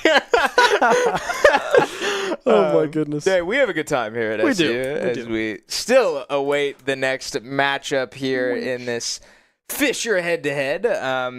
We said it. Nexus is in the lobby. We saw them load into the arena and prepare to start the match, but it did not go through. So don't know what. Probably doing stage picks now, if I had to guess. That was probably a character reveal instead of just telling us. That's probably my read. Mm-hmm. But Cool. Hey, one step at a time. Here, we're going to make it through all of the process before we get into game. We will. We will gonna get do it there the right way. eventually. Yeah, we're going to hit all of our requirements to hop into this game. We don't miss and skip any beats around here at SU. But yeah, so hopefully Buzzy can do a little bit of witchcraft and go, here's the game. Avada. Well, that might actually be copyright. Is that term like coined? By, No way. There's no shot, right? Well, I know the name of the child is. Like, we can't actually say his probably. name. You can't say it? Yeah, I don't think you can actually say it, because I was in a production one a while ago, and we could not say his name. It is. I could have guessed that, but we're not allowed to But say the name of that character on a broadcast. I don't know. I'm not sure. I couldn't say it in the show that I was in, so I'm assuming that's why I was in Puffs. If you were curious of the show, they Are you allowed to say that? Yeah, I don't think that's copyrighted. I don't think that's copyrighted at all, because it's like a parody of all the copyrighted stuff in that series or something. See. Yeah, so I think you are able to say that. Well, I might have just blown our entire budget. I am so sorry. No. Hey, we'll see. We'll get there when we get there. Yeah. Hey, I'll be graduated. We're playing Smash still. We're loading in to our next matchup here. SU now down 3 stocks in this first set against Fisher's second roster in this group, as 3 side Bs have now connected onto Kip's Pac-Man, 2 of which off stage. So if that trend continues, that could be a little scary, but Pac-Man able to recover from all parts of the stage. Now that is an interesting decision that may come back later. Nexus clearly comfortable going down and threatening the trampoline. Not often you see that, so see if he opts to do that again at any point. But that can be a little intimidating for a Pac-Man to deal with. 84% already built up here onto Falco's stock. A grab coming through into the back throw. Won't be able to find the kill. I mean, Town does have a fairly larger blast zone, specifically off of the top. Very hard to kill off of the top of this stage. So definitely works in favor of, I'd say, Kip here, because an up throw is very dangerous when it comes to the Falco game plan sometimes. But still, nonetheless, trying to find this kill. We'll be able to find that aerial. But and the orange. That will find 1 here for Kip. Only 1, well, only, I say. But it's a lot of percent built up on this third stock here, and now 0 as that stock is taken. Yeah, SU still chipping away at this deficit, now back to 3 after Kip loses his first stock in return. But trading 1 for 1, good news for Fisher with a lead coming into this matchup. So Kip, though, looking pretty comfortable, I have to say, for the Falco matchup being prescribed the way that it was. Making the most of it, making the most of uncomfortable matchups. That's what you're going to have to do in a crew battle like this. And Kip living up to the moment so far, as Nexus catches that bell, threatens a forward smash, but Kip with a well-placed get-up attack to avoid that situation altogether. Yeah, able to avoid that one is huge indeed. The bell used there, trying to find that back air off to that right-hand side, but can't quite find it. We'll be able to destroy through that hydrant, but still cannot secure the second stock here. We'll be able to find the down air onto that spike, but can't keep that chain going. But we'll eventually be able to find that stock towards that left-hand side. Now Kip down to their final stock. The bell connecting forward smash is there. Now it's 1 stock to 1 stock, 7 to 4 in favor of Fisher. Yeah, this has been very evenly matched so far. Both players taking stocks quickly after losing their own, before even taking, one player loses a stock, the other player's at 0%, and they take the stock in return, which scares me for the longer this goes on, because that means it's kind of a flip. Who might lose their stock here, but that last stock very much in favor of Nexus, absolutely taking control of that one, getting Kip all the way up to about 120% or so, if I saw that correct, and a well-placed back air means that SU is now on their last player of set 1. Last player of set 1, 7 stocks to 3 in favor of Fisher West here. It's going to be a pretty close run to come through from Willie, it's going to have to be a big one, right? We have Willie in the anchor position. Don't know what character they are going to go just yet. It's either Kazuya or Terry. I would assume it's going to be Kazuya. I feel like it goes fairly well into some of the remaining matchups that I foresee happening with a Wolf and the Jigglypuff. I think they can do pretty well into, specifically with how light that character is. Just a couple of combos, we'll be able to find stocks off of that character. But hey, we will have to wait and see what the decision is for character selection as we go through some of these replays. Yeah, as we do look back at Kip's efforts against Nexus, I agree with you. I think Kazuya is the right decision, especially because on this Fisher roster, I'm seeing, yes, a Jigglypuff who has to play sort of up in the air in places that are easily killable for a Kazuya. And then I'm also seeing a Wario on that roster who has to play up in the air in areas that are easily killable for a Kazuya. And then you could also low-key apply that to a Pokemon trainer as well. That one's a little different. But I agree. I think Kazuya is probably the right decision here, not only because of those matchups, but also, you know, the intimidation factor, the momentum factor, the comeback potential that we've seen Willie display on both of these characters. Don't get me wrong, but something about Kazuya's ability. I mean, we just saw it last week against UCF. A 7-stock comeback that Willie was tasked with overcoming. And how did he start it? He started it by taking 0% and nuking the first stock on the board. That's right. And making it a 6-stock comeback. You know, it's moments like that that you just don't get out of Terry. And I think that Kazuya here is the right decision for Willie to try and make another 7-stock comeback. Yeah, this is going to be the last line of defense here for SU. Taunts coming through means we are good to go here. We'll be able to find that grab, combo that one into electric right away. Here goes another one, and trying to end that stock fairly quickly, but can't quite find it. But just off of that string alone, we're up to 101% here on Nexus's final stock, and, well, up smash, that'll do it. That is 1 down, 6 to go here for Willie. Yeah, not as commanding as the Fox stock that we saw start the 7-stock comeback just last week, but same effect, right? Just absolutely nuking one stock off of one interaction. He's up to 100%. What can he do other than panic a little bit and get caught by another electric and promptly up smashed? So that's the Willie effect. That's the Willie Kazuya effect, and now 6 stocks remain ahead of this player. Still very much a burden, very much a challenge for this player, but something he's seen, frankly, quite a bit over the course of his Shenandoah career. And we'll see if he's able to pull out another one this time around, but I have to say this Fisher roster is probably unlike any other roster that he's been able to put one of these comebacks together. Yeah, no, I definitely agree. It's going to be interesting to see what Fisher decides to go with here, as well as the response into the Kazuya. I mean, I feel like they go fairly well into a lot of the remaining matchups here on Fisher. I'd assume that a lot of the starting roster that we've seen from Fisher against Fisher Navy specifically will be kind of the last sung heroes here for Fisher if they can get through Willie, or rather if Willie can get through them. So they have Taz the Beast on Wolf, and they have Sin on Jigglypuff still in wait.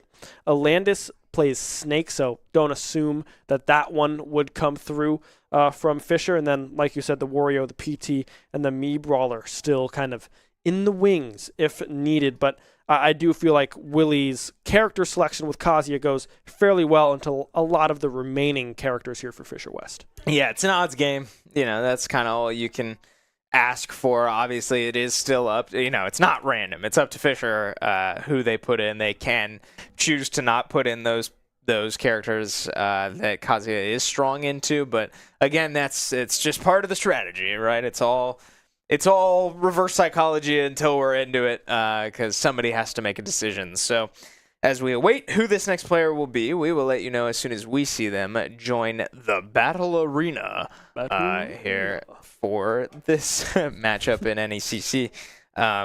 But good news, I have to say, is that this other Snake player was the one that said is going to be playing from Mexico, is my understanding.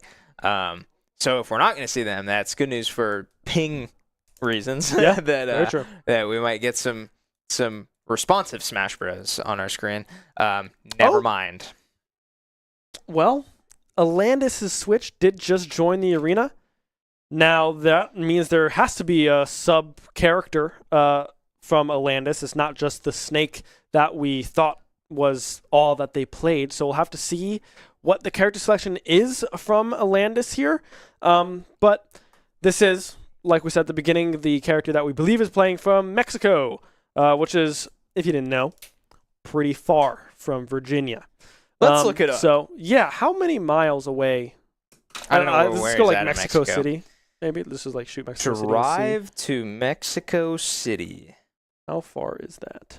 Oh my. 2,272 miles from my current location. That's far. That's very pretty far. That's pretty far for our internet to communicate True. what input I put into my Smash Bros. Game. It's a 38-hour drive. 38 and a half hours if we left like right now. So this is That's tough. what? It's No 8:46. So assuming, no stops and no traffic either. That's kind of crazy.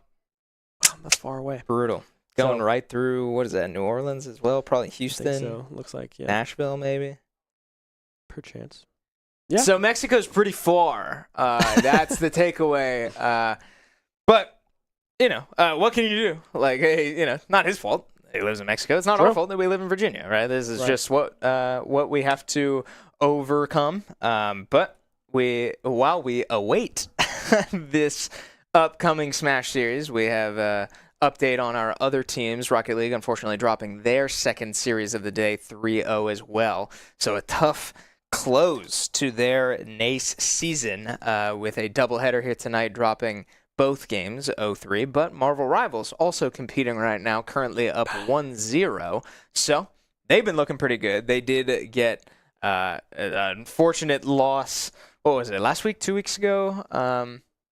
I want to say last week against, who did they play? I don't remember who it was against, but they were up 2-1 Yes, they were. and couldn't quite close it out. That was a heartbreaker. That was their first loss of the season.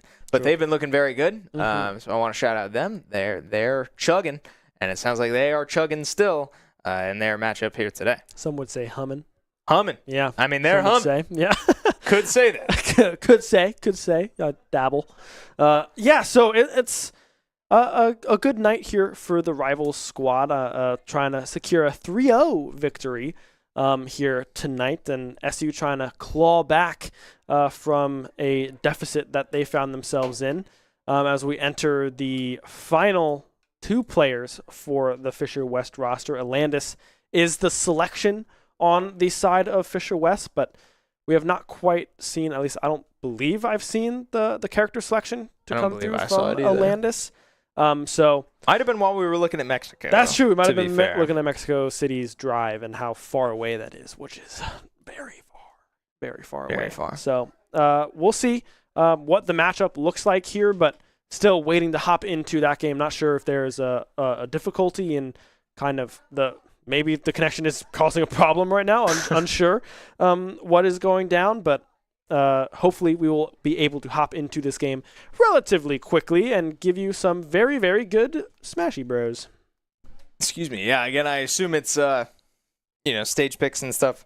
True. Excuse me. Jesus. But we still await who Alandis will pick. Their profile picture is Zelda, for what it's worth. So I'm going to talk as if maybe they're going to pick Zelda, because Zelda into Kazuya, I think, is pretty tough for Kazuya, given the Phantom Knight that Zelda can charge. Because Kazuya is invincible on the top half of his body a lot. But the Phantom Knight, when it charges up, it charges forward and it swings upward, which means it hits the lower part of Kazuya, and he can't be invincible and like dash through it. So a little tough for That'd be Kazuya to crazy. play around. Zelda also has the neutral B to this sort of a get off me tool, and various ways to sort of space you out without a sword or anything, but like the side B and just her various hitboxes being a little further away. So if we are to see Zelda, I think that's kind of bad news for Willie's Kazuya, but we still, at least back here, have not seen who Alandis will be playing yet. Mm-hmm. This could also mean that they are a massive just Legends of Zelda fan. Could they might very love, well be. like Breath of the Wild or. Oh.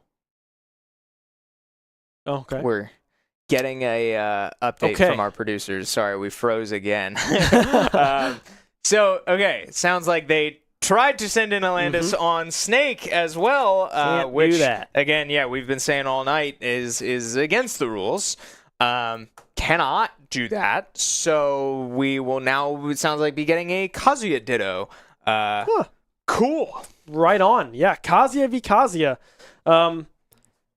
Yeah, I'm wondering Amen. what the angle was with the double Snake play. Yeah, that's just not allowed, unfortunately. Well, luckily, I guess, for us, because that would honk shoe, if you will. Not be too fun to watch with two Snake players. But, yeah, so it will be Alandis instead on the Kazuya. So a Kazuya Ditto will be the response coming through from Fisher West. Not sure if that kind of throws a wrench into their plans, because I think they were really banking on this double Snake angle, right? So we'll have to see what that one looks like. But, I mean, Willie's Kazuya is pretty good. Don't know what Alandis' Kazuya looks like, but I would assume it is close, if not to par, with Willie's Kazuya. At least you would hope so, because Willie is very, very good at this character and knows all the ins and outs of this character. So it's definitely going to be a very interesting matchup. I don't think I've seen a Kazuya on Kazuya matchup ever. So this is going to be very exciting with how many electrics are about to be thrown out on my screen. Yeah, I don't think I've actually seen a Kazuya Ditto in our crew battles either. Willie, no stranger to playing in Shoto fights, like, going up into the Ryus and the Kens and the Terrys of the world. But yeah, I don't know that I've ever seen Willie's Kazuya go into another. I've seen Willie's Terry go into another Terry, but I don't know that I've seen Willie's Kazuya go into another Kazuya. So we're excuse me, we're loading into this thing. I'm holding it together fighting. back here. As Fighting demons, Alandis get it? does Because he's a demon, guys. Please make laugh, his please. appearance onto our screen, not in the form of a snake, but a surprise Kazuya. But I can already tell from his movement, from the electric, and from that combo that he's not first-timing this character. Yeah, definitely very aware of what the Kazuya can do. Able to find the first stock already off of Willie here, so we'll have to see how this one goes, as now it's potentially Willie's turn with some electrics being tossed out left and right. Another connection, and that's going to be the up smash. Won't quite find the kill. We'll find another electric going for that up special. Won't be able to find it. Another electric will, do the trick. So just trading blows here for this Kazuya v Kazuya matchup. And here we go. More electrics. Let's go. Yeah, Willie getting caught rolling there. He will get a grab of his own and get to start his own combo on this platform. Ooh. Wow, Alandis gets a shield off in there to fall out of that combo. We're electricking each other's electric, which means you can't be hit because the electric hitbox is pretty high. Willie goes for the stun, doesn't land, and now the command grab does land onto Willie. Don't get confused by the Kazuyas on your screen. Alandis, the one in a suit, is helping me determine who is who, but Willie's Kazuya, the one with that aura about him, except no longer, that's the Rage Drive now, has disappeared. Wow, Willie stuck in his shield stun, can't quite get it punished there. Trying to avoid these lasers. Both of these players absolutely at a kill percentage as Alandis eats a laser there, and Willie's going to look for another one. Won't do that, excuse me, but a little back tilt there. Takes that stock, and Willie holding on to this one at 159. Sorry for the brief pause there. I'm trying to listen to the music. I feel like that's Cynthia's theme. I believe it is. Which is, what a selection. I mean, Yeah, that's for just this a great song choice for this matchup. But yeah, now Willie down to their final stock, has to try to get through this Kazuya Ditto, another electric connecting.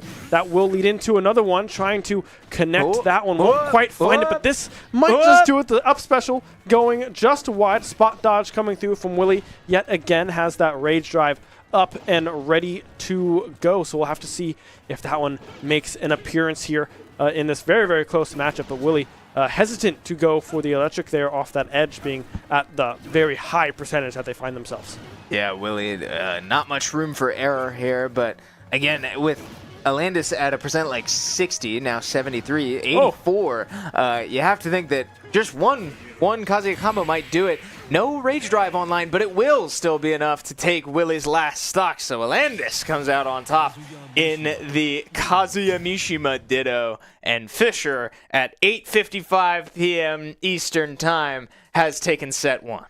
Set 1 under wraps here for Fisher, find themselves up with a 1-0 lead, winning out on that Kazuya Ditto, but it got close. It got down to 4 stocks to 3 at the very end, only winning by those 4 stocks, but SU unable to see that final player on that Fisher West roster. But yeah, now we know kind of what Alandis can bring to the table, right? We have that Snake, and now the Kazuya sitting in the back as well, looking pretty darn good.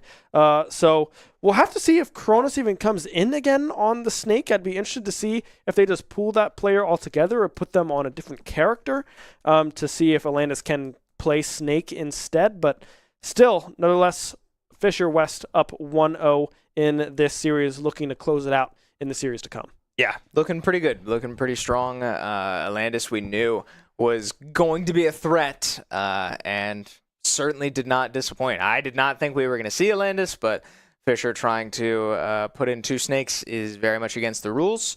So forced to pull out a secondary and still made the most of it in a 3 stocks head-to-head into another Kazuya here. Willie, looking good on his own, but again, like only so much you can do in a Ditto. And, you know, trading blow for blow, like we said, very close between the two of them. But Alandis gets the better of this one, and I'm sure Willie would love that matchup again if he's able to get to this point in a second set. But check in another hour from now, and we might be there. Yeah, I mean, very true. So we'll have to see what the starts are from both of these teams. I mean, if you're on the SU side of things, it might be interesting to see if you do start Kip here instead and go back to kind of the tried and true to see what happens with that start, if you just kind of keep it the same.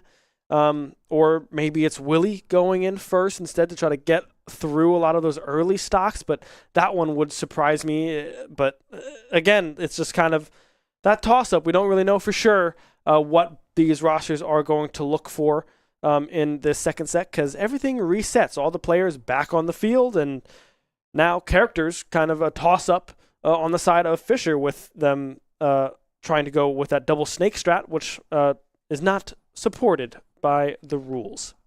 Yeah, so sounds like as we wait to hop into our second set here, we are going to take a quick breather on our end, so don't go anywhere. We do still have likely an exciting conclusion to this Fisher Shenandoah series, so we will be back very, very soon for the second set.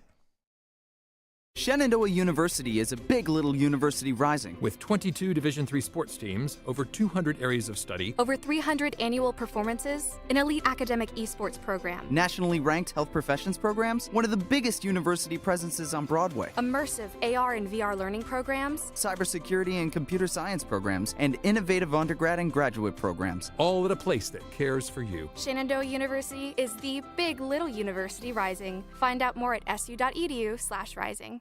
We have the Esports Arena right here on campus in Winchester, Virginia, and this facility acts as the hub for all esports activity at Shenandoah University. Students are able to use this space not just for competition and practices, but also as a living learning community and a sandbox for them to come and explore and practice and try out things related to and through esports in the gaming industry, so that they're getting that hands-on learning and the skills necessary to help them find a career by the time they graduate. We also have the professional level broadcast production booth, where we do all of our broadcasting and production, from casting of our games that we play right here on campus to working with outside entities to record footage for them as well. In addition to the space that we have here in the Esports Arena is the Esports War Room. Our students get to use that space for studying, but also outside projects. So our students get to use this space for professional development and the academic side of our esports program, which is such a critical component to go with that competitive element that we have.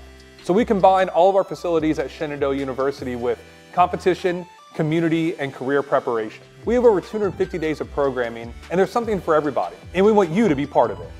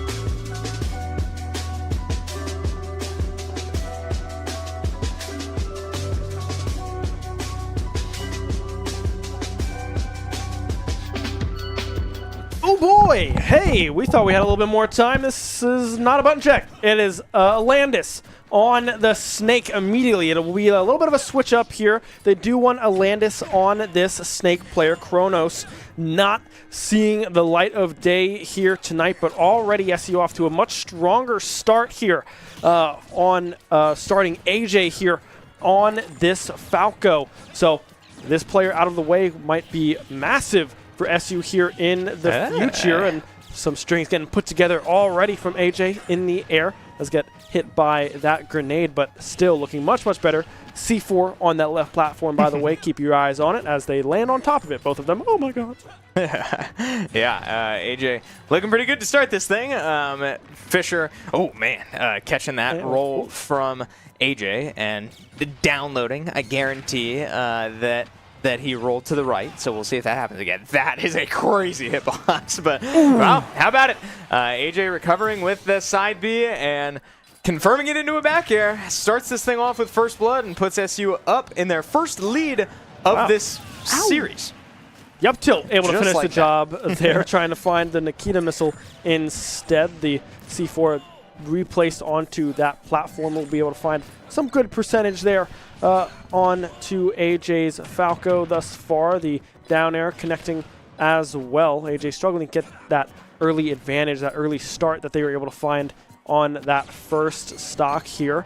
Still trying to find those reflects, find those shines, send the grenades back in the direction of Landis, trying to get those up tilts going there, up airs, excuse me, going, but can't quite continue that momentum as the grenades and the ledge guard coming through from Landis won't be able to strike true, but instead the C4 will, and that will be the second stock off of AJ's Falco. Yeah, much cleaner second stock than first stock from Landis. High expectations from this Snake player. Given that we saw another Snake player on this roster before Fisher learned the rules of crew battles, but not expecting to see Cronus come in again because we know that Landis' Snake is very, very strong.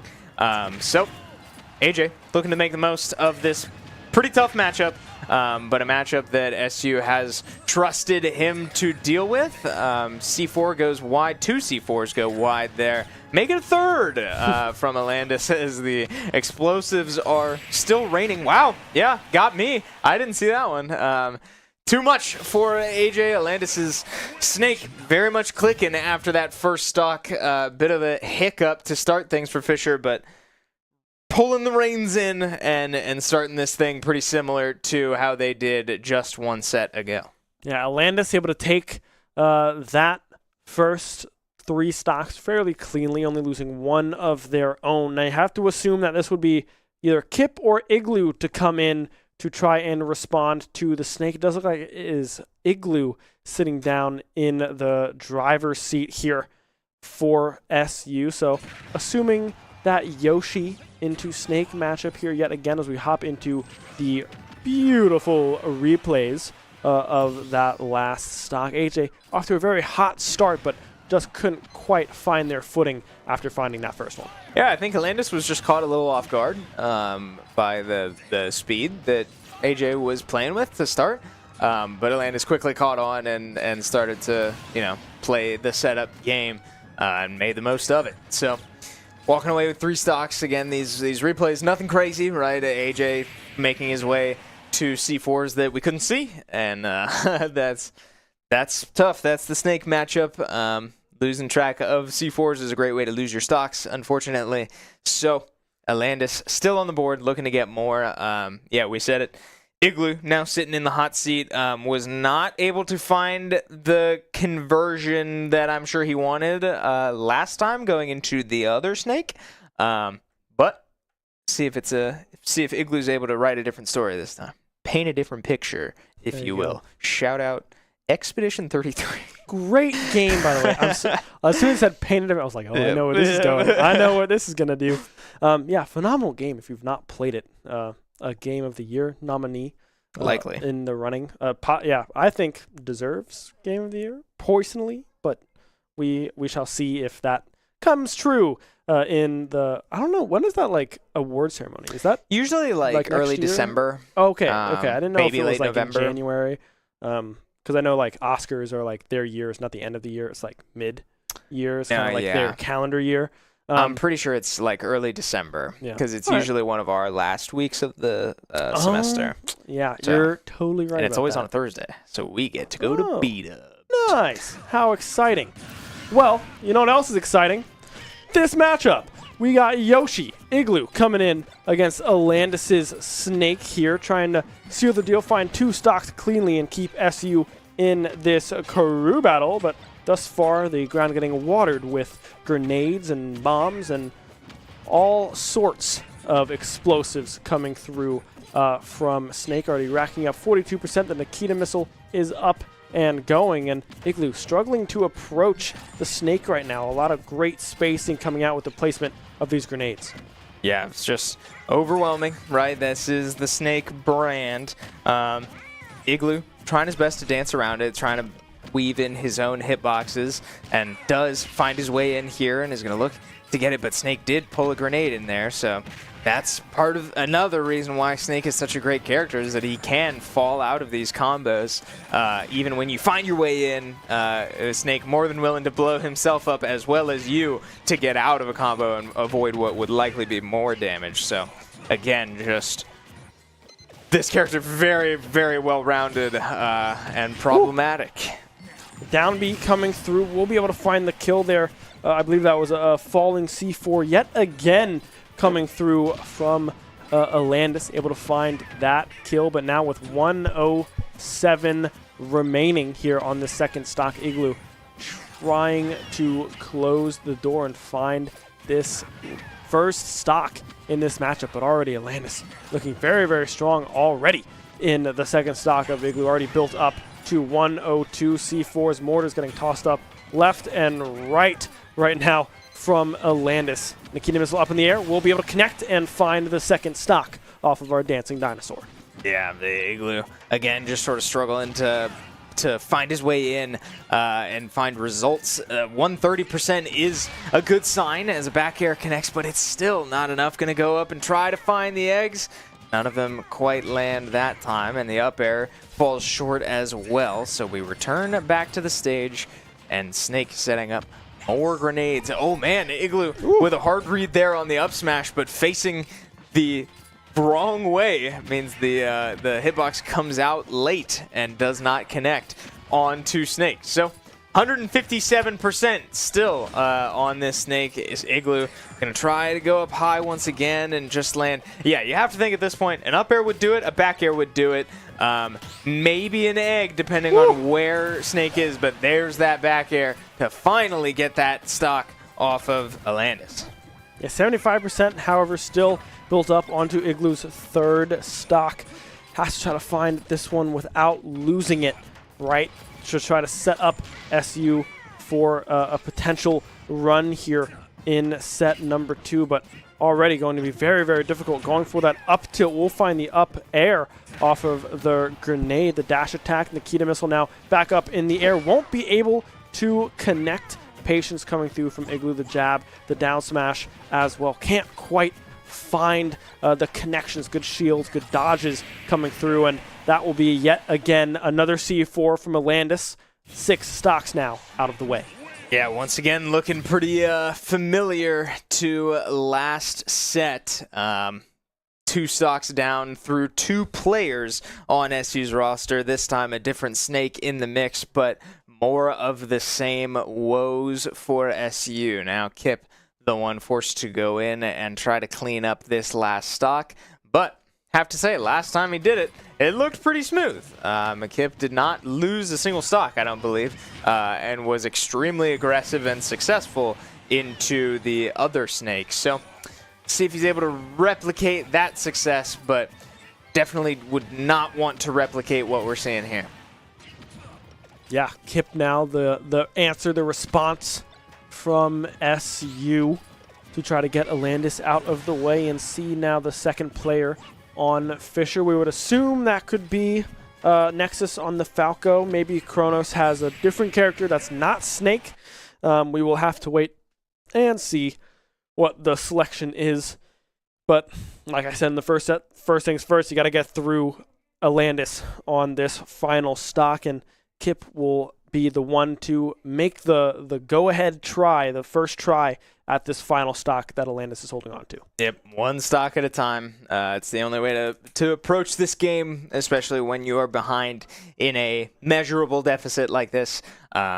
Kip just tasked with getting through this one Snake stock. Don't worry about who's coming in next, and don't worry about what else you've got ahead of you.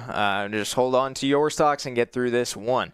And again, I sort of alluded to it just a minute ago that last time we saw this matchup, Kip did look very comfortable, very confident, and made it happen. Went in, took the one stock, did not lose any, and set his team up in a bit more manageable of a 9-6 situation in favor of Fisher. So, see if he's able to replicate that. I mean, that's the million-dollar question as we prepare to load into this one pretty quick. Can Kip find that same amount of success as he found about an hour ago? Yeah, it's going to be hard, right? I mean, the playstyles seem somewhat similar between these two Snakes, but Alandis does seem a little bit faster than Kronos with a lot of the grenades, the C4 placements as well, and able to kind of really fish for some more aerial control than I feel Kronos was able to find in the first set. So right out of the gate, Nikita missile, the one to connect first. Hydrant is down, but here come the grenades, able to kind of do what Kip does with the Hydrant and the Apple, really kind of control space and make you decide, all right, do you want a grenade to the face or a Nikita missile to the face? Kip opts for the Nikita missile, trying to find some sort of percentage there on the ledge guard. Goes to the grab, but could not find that one either. Kip struggling to get close to Alandis. Yeah, got a hunch we're going to be here for a minute. This Alandis Snake is pretty different from Kronos' Snake, and so far the results have not been the same for Kip, as Alandis much more patient, much more willing to sit on the far side of the stage and force Kip to make uncomfortable decisions. And Alandis, look at this, we're just rolling away, going for the Nikita missiles. Kip, gets an opportunity to get up and punish the Nikita missile and only gets a forward tilt for it. So tough break for Kip. That's not going to be win and smash in the long run, as this one he might not make it back. Can't quite do it. Yeah, Kip, bit of a misplay there. Waits too long to put the trampoline down and loses the stock for it. Yeah, and that's also a hard recovery to have anyways, with the mortar ledge guard getting spammed there. Just able to catch a two-frame fairly easily with the big blast zone that the mortar landing does have. So even if they were able to find the trampoline, it would be a difficult recovery to try to get back onto stage safely.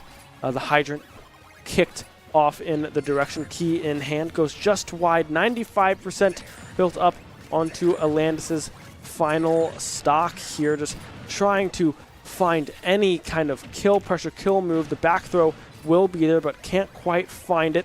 As now the mortars getting tossed up yet again. Kip very close to losing their second stock as well, but we'll be able to connect that side B and find the final stock of Alandis but only losing one. Yeah, okay. So, trading 1 for 1. Slightly worse than last set, but not by much, as Kip still does retain 2 stocks into whoever Fisher will opt to put in next. Last game, it was Falco, Nexus's Falco, and I have to assume that it's probably going to be that again, given that Pac-Man is still the one requiring a response. But yeah, take a look at how these 2 stocks resolve themselves. Again, just tough beat from Kip on the trampoline, and then good confirm there from the bell into the side B. Means that we are getting our next player into this lobby, and it is not one I recognize. I did not see the name that came up on. It's like Kuro Ashi or something. Kuro Ashi. Well, that's not any of the Switch names, or at least the tags here. The Switch name can, of course, be different than the tag, so yeah. Not sure who's coming through here for Fisher West. It could be a little bit of a mix-up. Maybe someone that's not thought to be on the team, unsure. But I would definitely assume that this is just kind of a different Switch name. Now, if you're looking at it, I feel like maybe Wolf could be the answer here into the Pac-Man.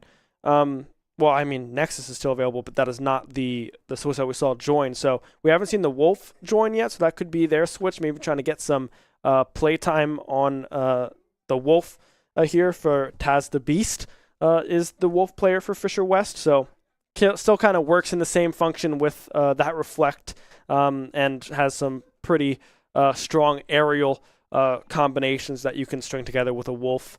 And the ledge guard as well is very, very strong with the forward tilt. If you angle that down just a little bit, it can go underneath and really find a very strong 2-frame with a very, very powerful F-tilt that the Wolf does have. Yeah, Wolf is a very well-rounded character, if that's who we're getting. I am very curious. We're going to find out. It will be Wolf. Wow, what a snipe.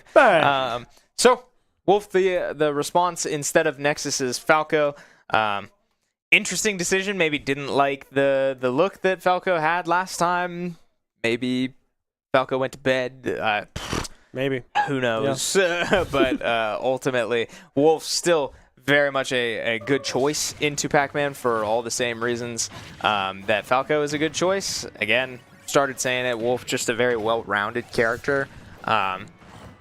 Might be able to punish Pac-Man's recoveries.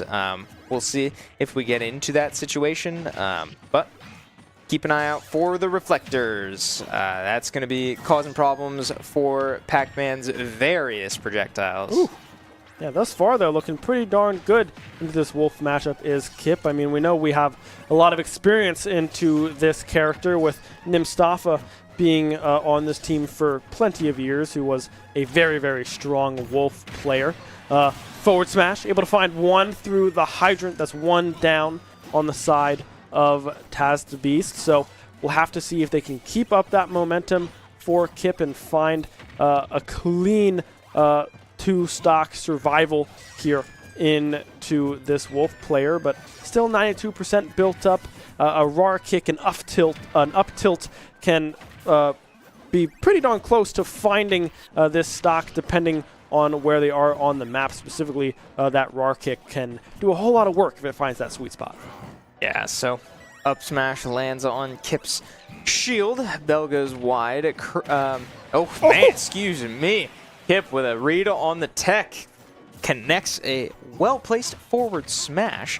So Kip doing a great job not letting previous woes affect this game. Does drift right onto an up smash there, but won't dive for it, which kind of surprises me. As another up smash comes out, you have to think that we're going to see more of those as Taz the best looking to just find their first stock. But another up smash goes wide. Kip very much starting to pick up on the tendencies of this player.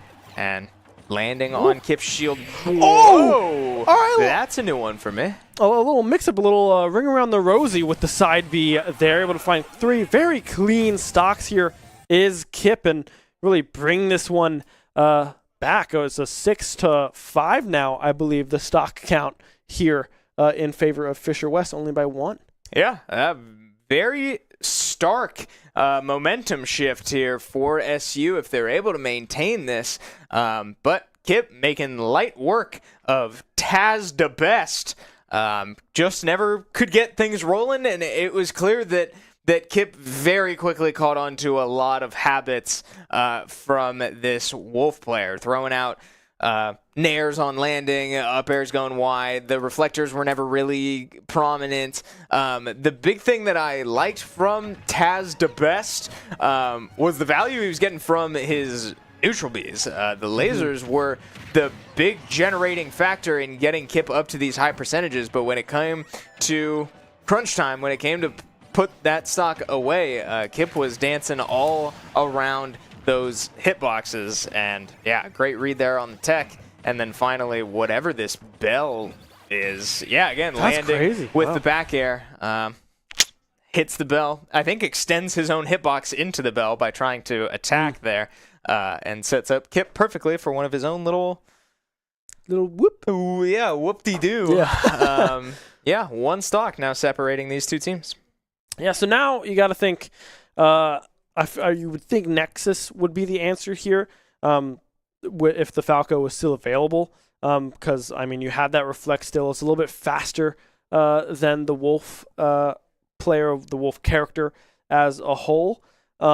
So I feel like that makes the most sense just because just the Reflect is so good into Pac-Man when used properly, and then just being able to combo that into things of your own is always a big plus when you can control a Galaga or get a bell for yourself or reflect a key, whatever it may be. So that's kind of what I'm expecting to come out from Fisher West. I know there's still a lot of players on the table, but yeah, Kip able to stay alive, survive with those 2 stocks, which is a massive deal for SU in this second set, trying to keep that momentum going and set up themselves or Willie onto the final player of Fisher West after whoever the response is for this 6-3 stock player from Fisher. Yeah, I have to think that the best option would be Nexus on the Falco. It's just a matter of, is Fisher putting in backups to get fair.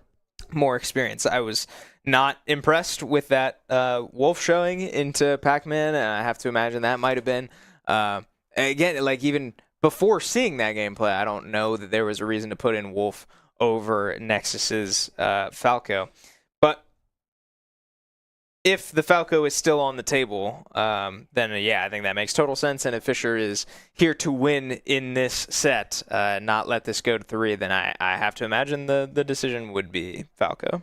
Yeah, I feel like it makes the most sense. Sin on the Jigglypuff, it doesn't really...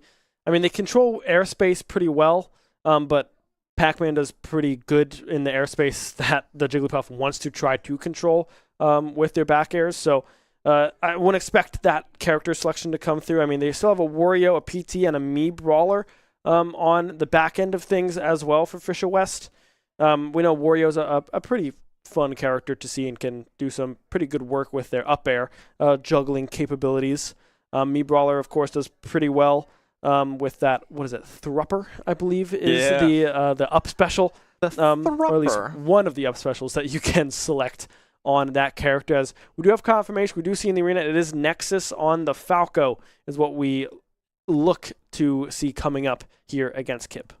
You know, I learned after that series, whichever team that was, I forget, that had a crazy Mii Brawler that was just stealing stocks left and right at 50%. Mm-hmm. And I said Thrupper 90 times over that broadcast. Apparently, Thrupper is like thrust upper or something or upper thrust. It's like a combination of two words that are the actual name of the ability. Oh, interesting.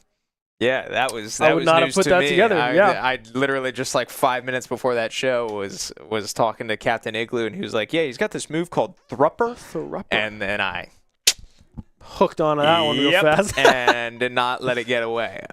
So maybe we'll see a me brawler, see some Thruppers, but I wouldn't mind. I know our producer would because he hated me after that show. That's true. They were just saying Thrupper so many times. Thrupper. Yeah, but he just said can't confirm in our ear. Yeah, that was a good day. Yeah, that was But a I fun believe one. we won. I do believe we did win that series, so that of course makes it all the better when we can have some fun on the desk and win at the same time. That's always a big plus. But yeah, back to the challenge at hand here with Fisher West. Nexus Falco into Kip Pac-Man. There we go. With 2 stocks remaining on the Pac-Man as well. I mean, Kip is very experienced with this matchup. I mean, we have AJ on the roster as well, who plays Falco, and is pretty darn good at that character as well, but has not been able to find the success that they were quite looking for here today, but still is a very prominent player with Falco and gives Kip a lot of practice time with how to work around a reflect, how to work around the shine, right? And how to capitalize on the aerial game that Falco tends to have, right? With up tilts. We did see Nexus do a lot of down airs, however, and really go for those spike moves into those back airs with those fast falls, which is definitely hard to get out of.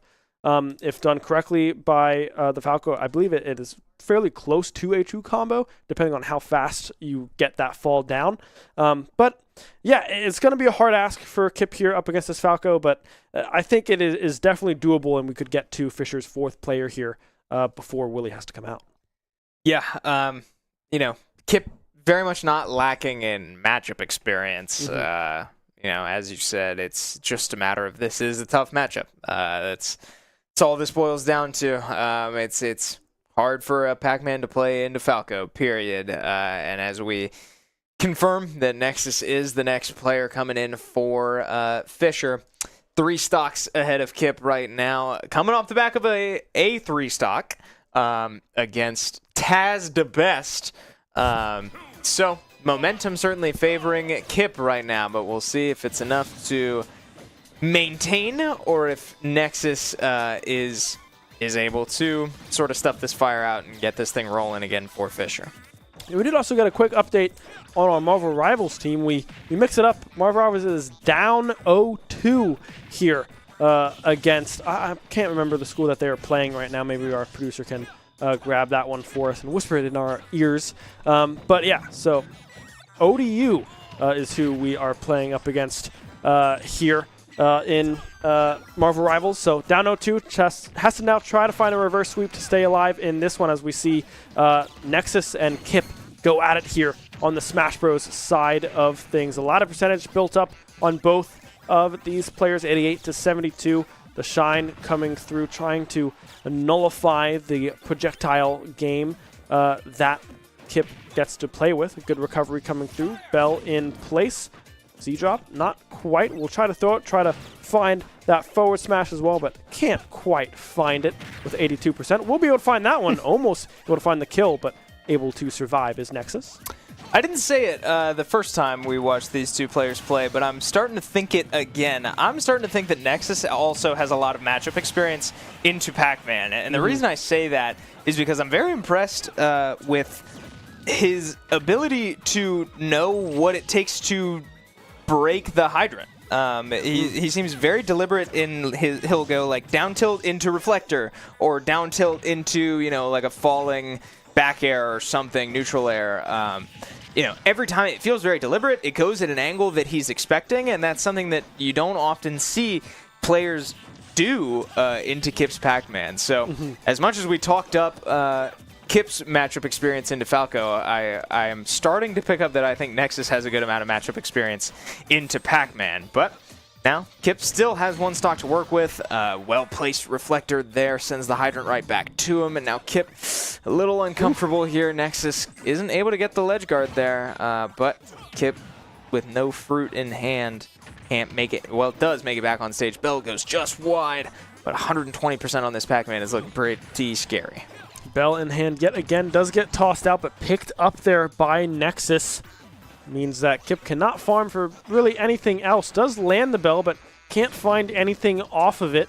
Kip going for that grab. Back throw, won't be able to find the kill. Adjust, yet the orange getting thrown towards the left-hand side, trying to catch a fast fall attempt from Nexus, but does not fall for it. Hydrant is there. Going for that up smash, just trying to seal the deal is Nexus, but won't be able to connect. Back air going just wide as well. Yeah, that up smash was extremely close. But Kip's hydrant sort of bailing him out there. Now both of these players at extremely high percentages. Gotta look out for that reflector. So Kip, I'm sure, very aware of it, but with a key, yep, the reflectors are... Oh, man, that makes me anxious. Anything reflected back at Kip would 100% kill him. So that's why you're starting to see Nexus just not hold back on these reflectors. That one sets him up again with a hydrant setup of his own against Pac-Man. Gets the hydrant bouncing and lands with a forward air to sort of force Kip to make a decision, and then sort of runs out of time. Forward air connects, and Nexus walks away with a win. 5 stocks now to 3 in favor of Fisher West. 1 player remaining for SU.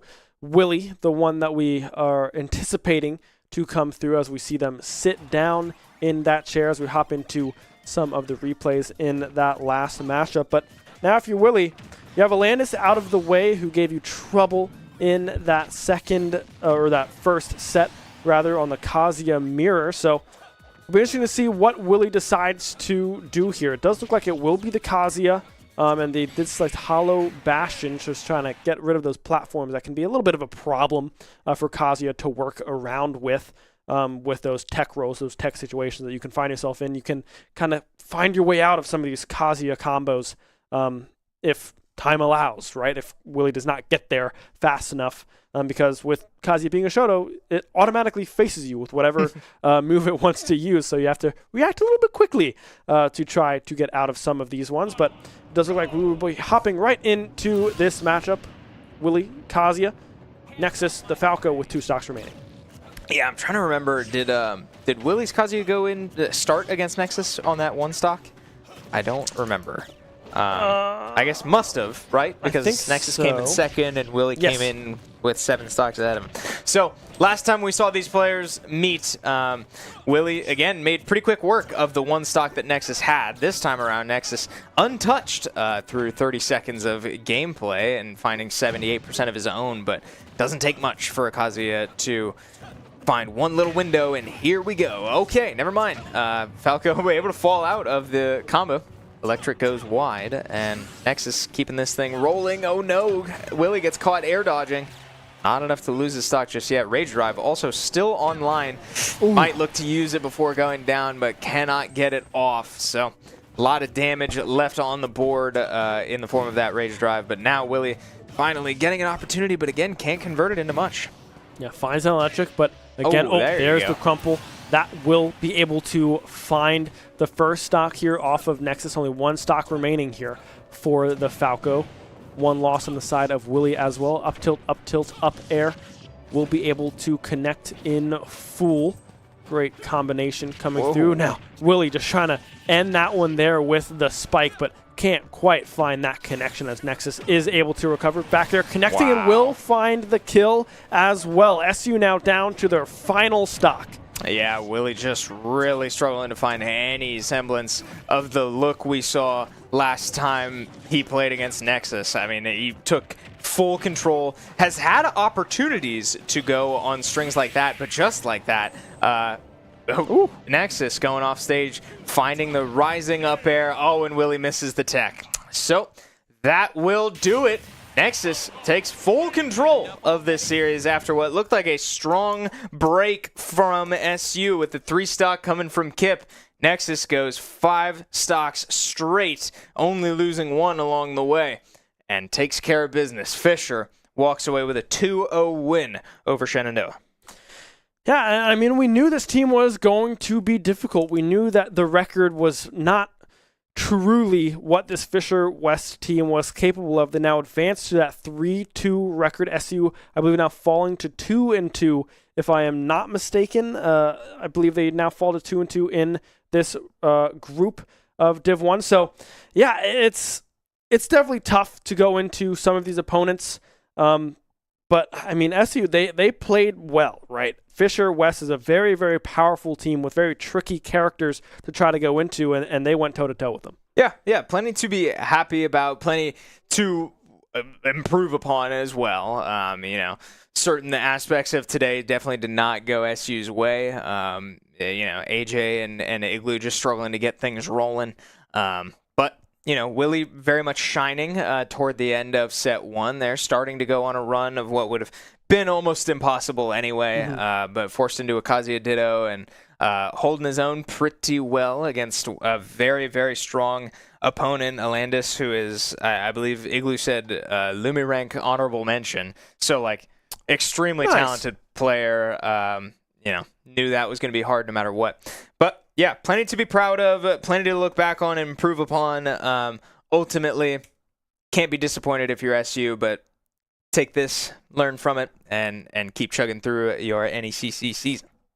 Yeah, I mean, they still have some games to come up here with NECC. They are only 2-2, so they still look pretty good in this group thus far. They do play the other Fisher team next. So now, how cool is that? The other Fisher team is technically better than this Fisher team. Fisher Navy is, I believe, their A team, and Fisher West is their B team. So definitely some tough matchups coming up here for SU next week, trying to bounce back. But I believe that does it for us right now. I know Marvel Rivals is still playing, so best of luck to them in their journey for a reverse sweep to win that series 3-2. Potentially, they are down 0-2 the last time we heard. So hopefully game 3 is going very, very well. Thank you so much for joining us here tonight. Drop a like, drop a follow, comment, whatever you may do wherever you are watching here tonight. Thank you so much for sticking with us. I've been Ben Kincaid, joined by Chris Clayton, and we will see you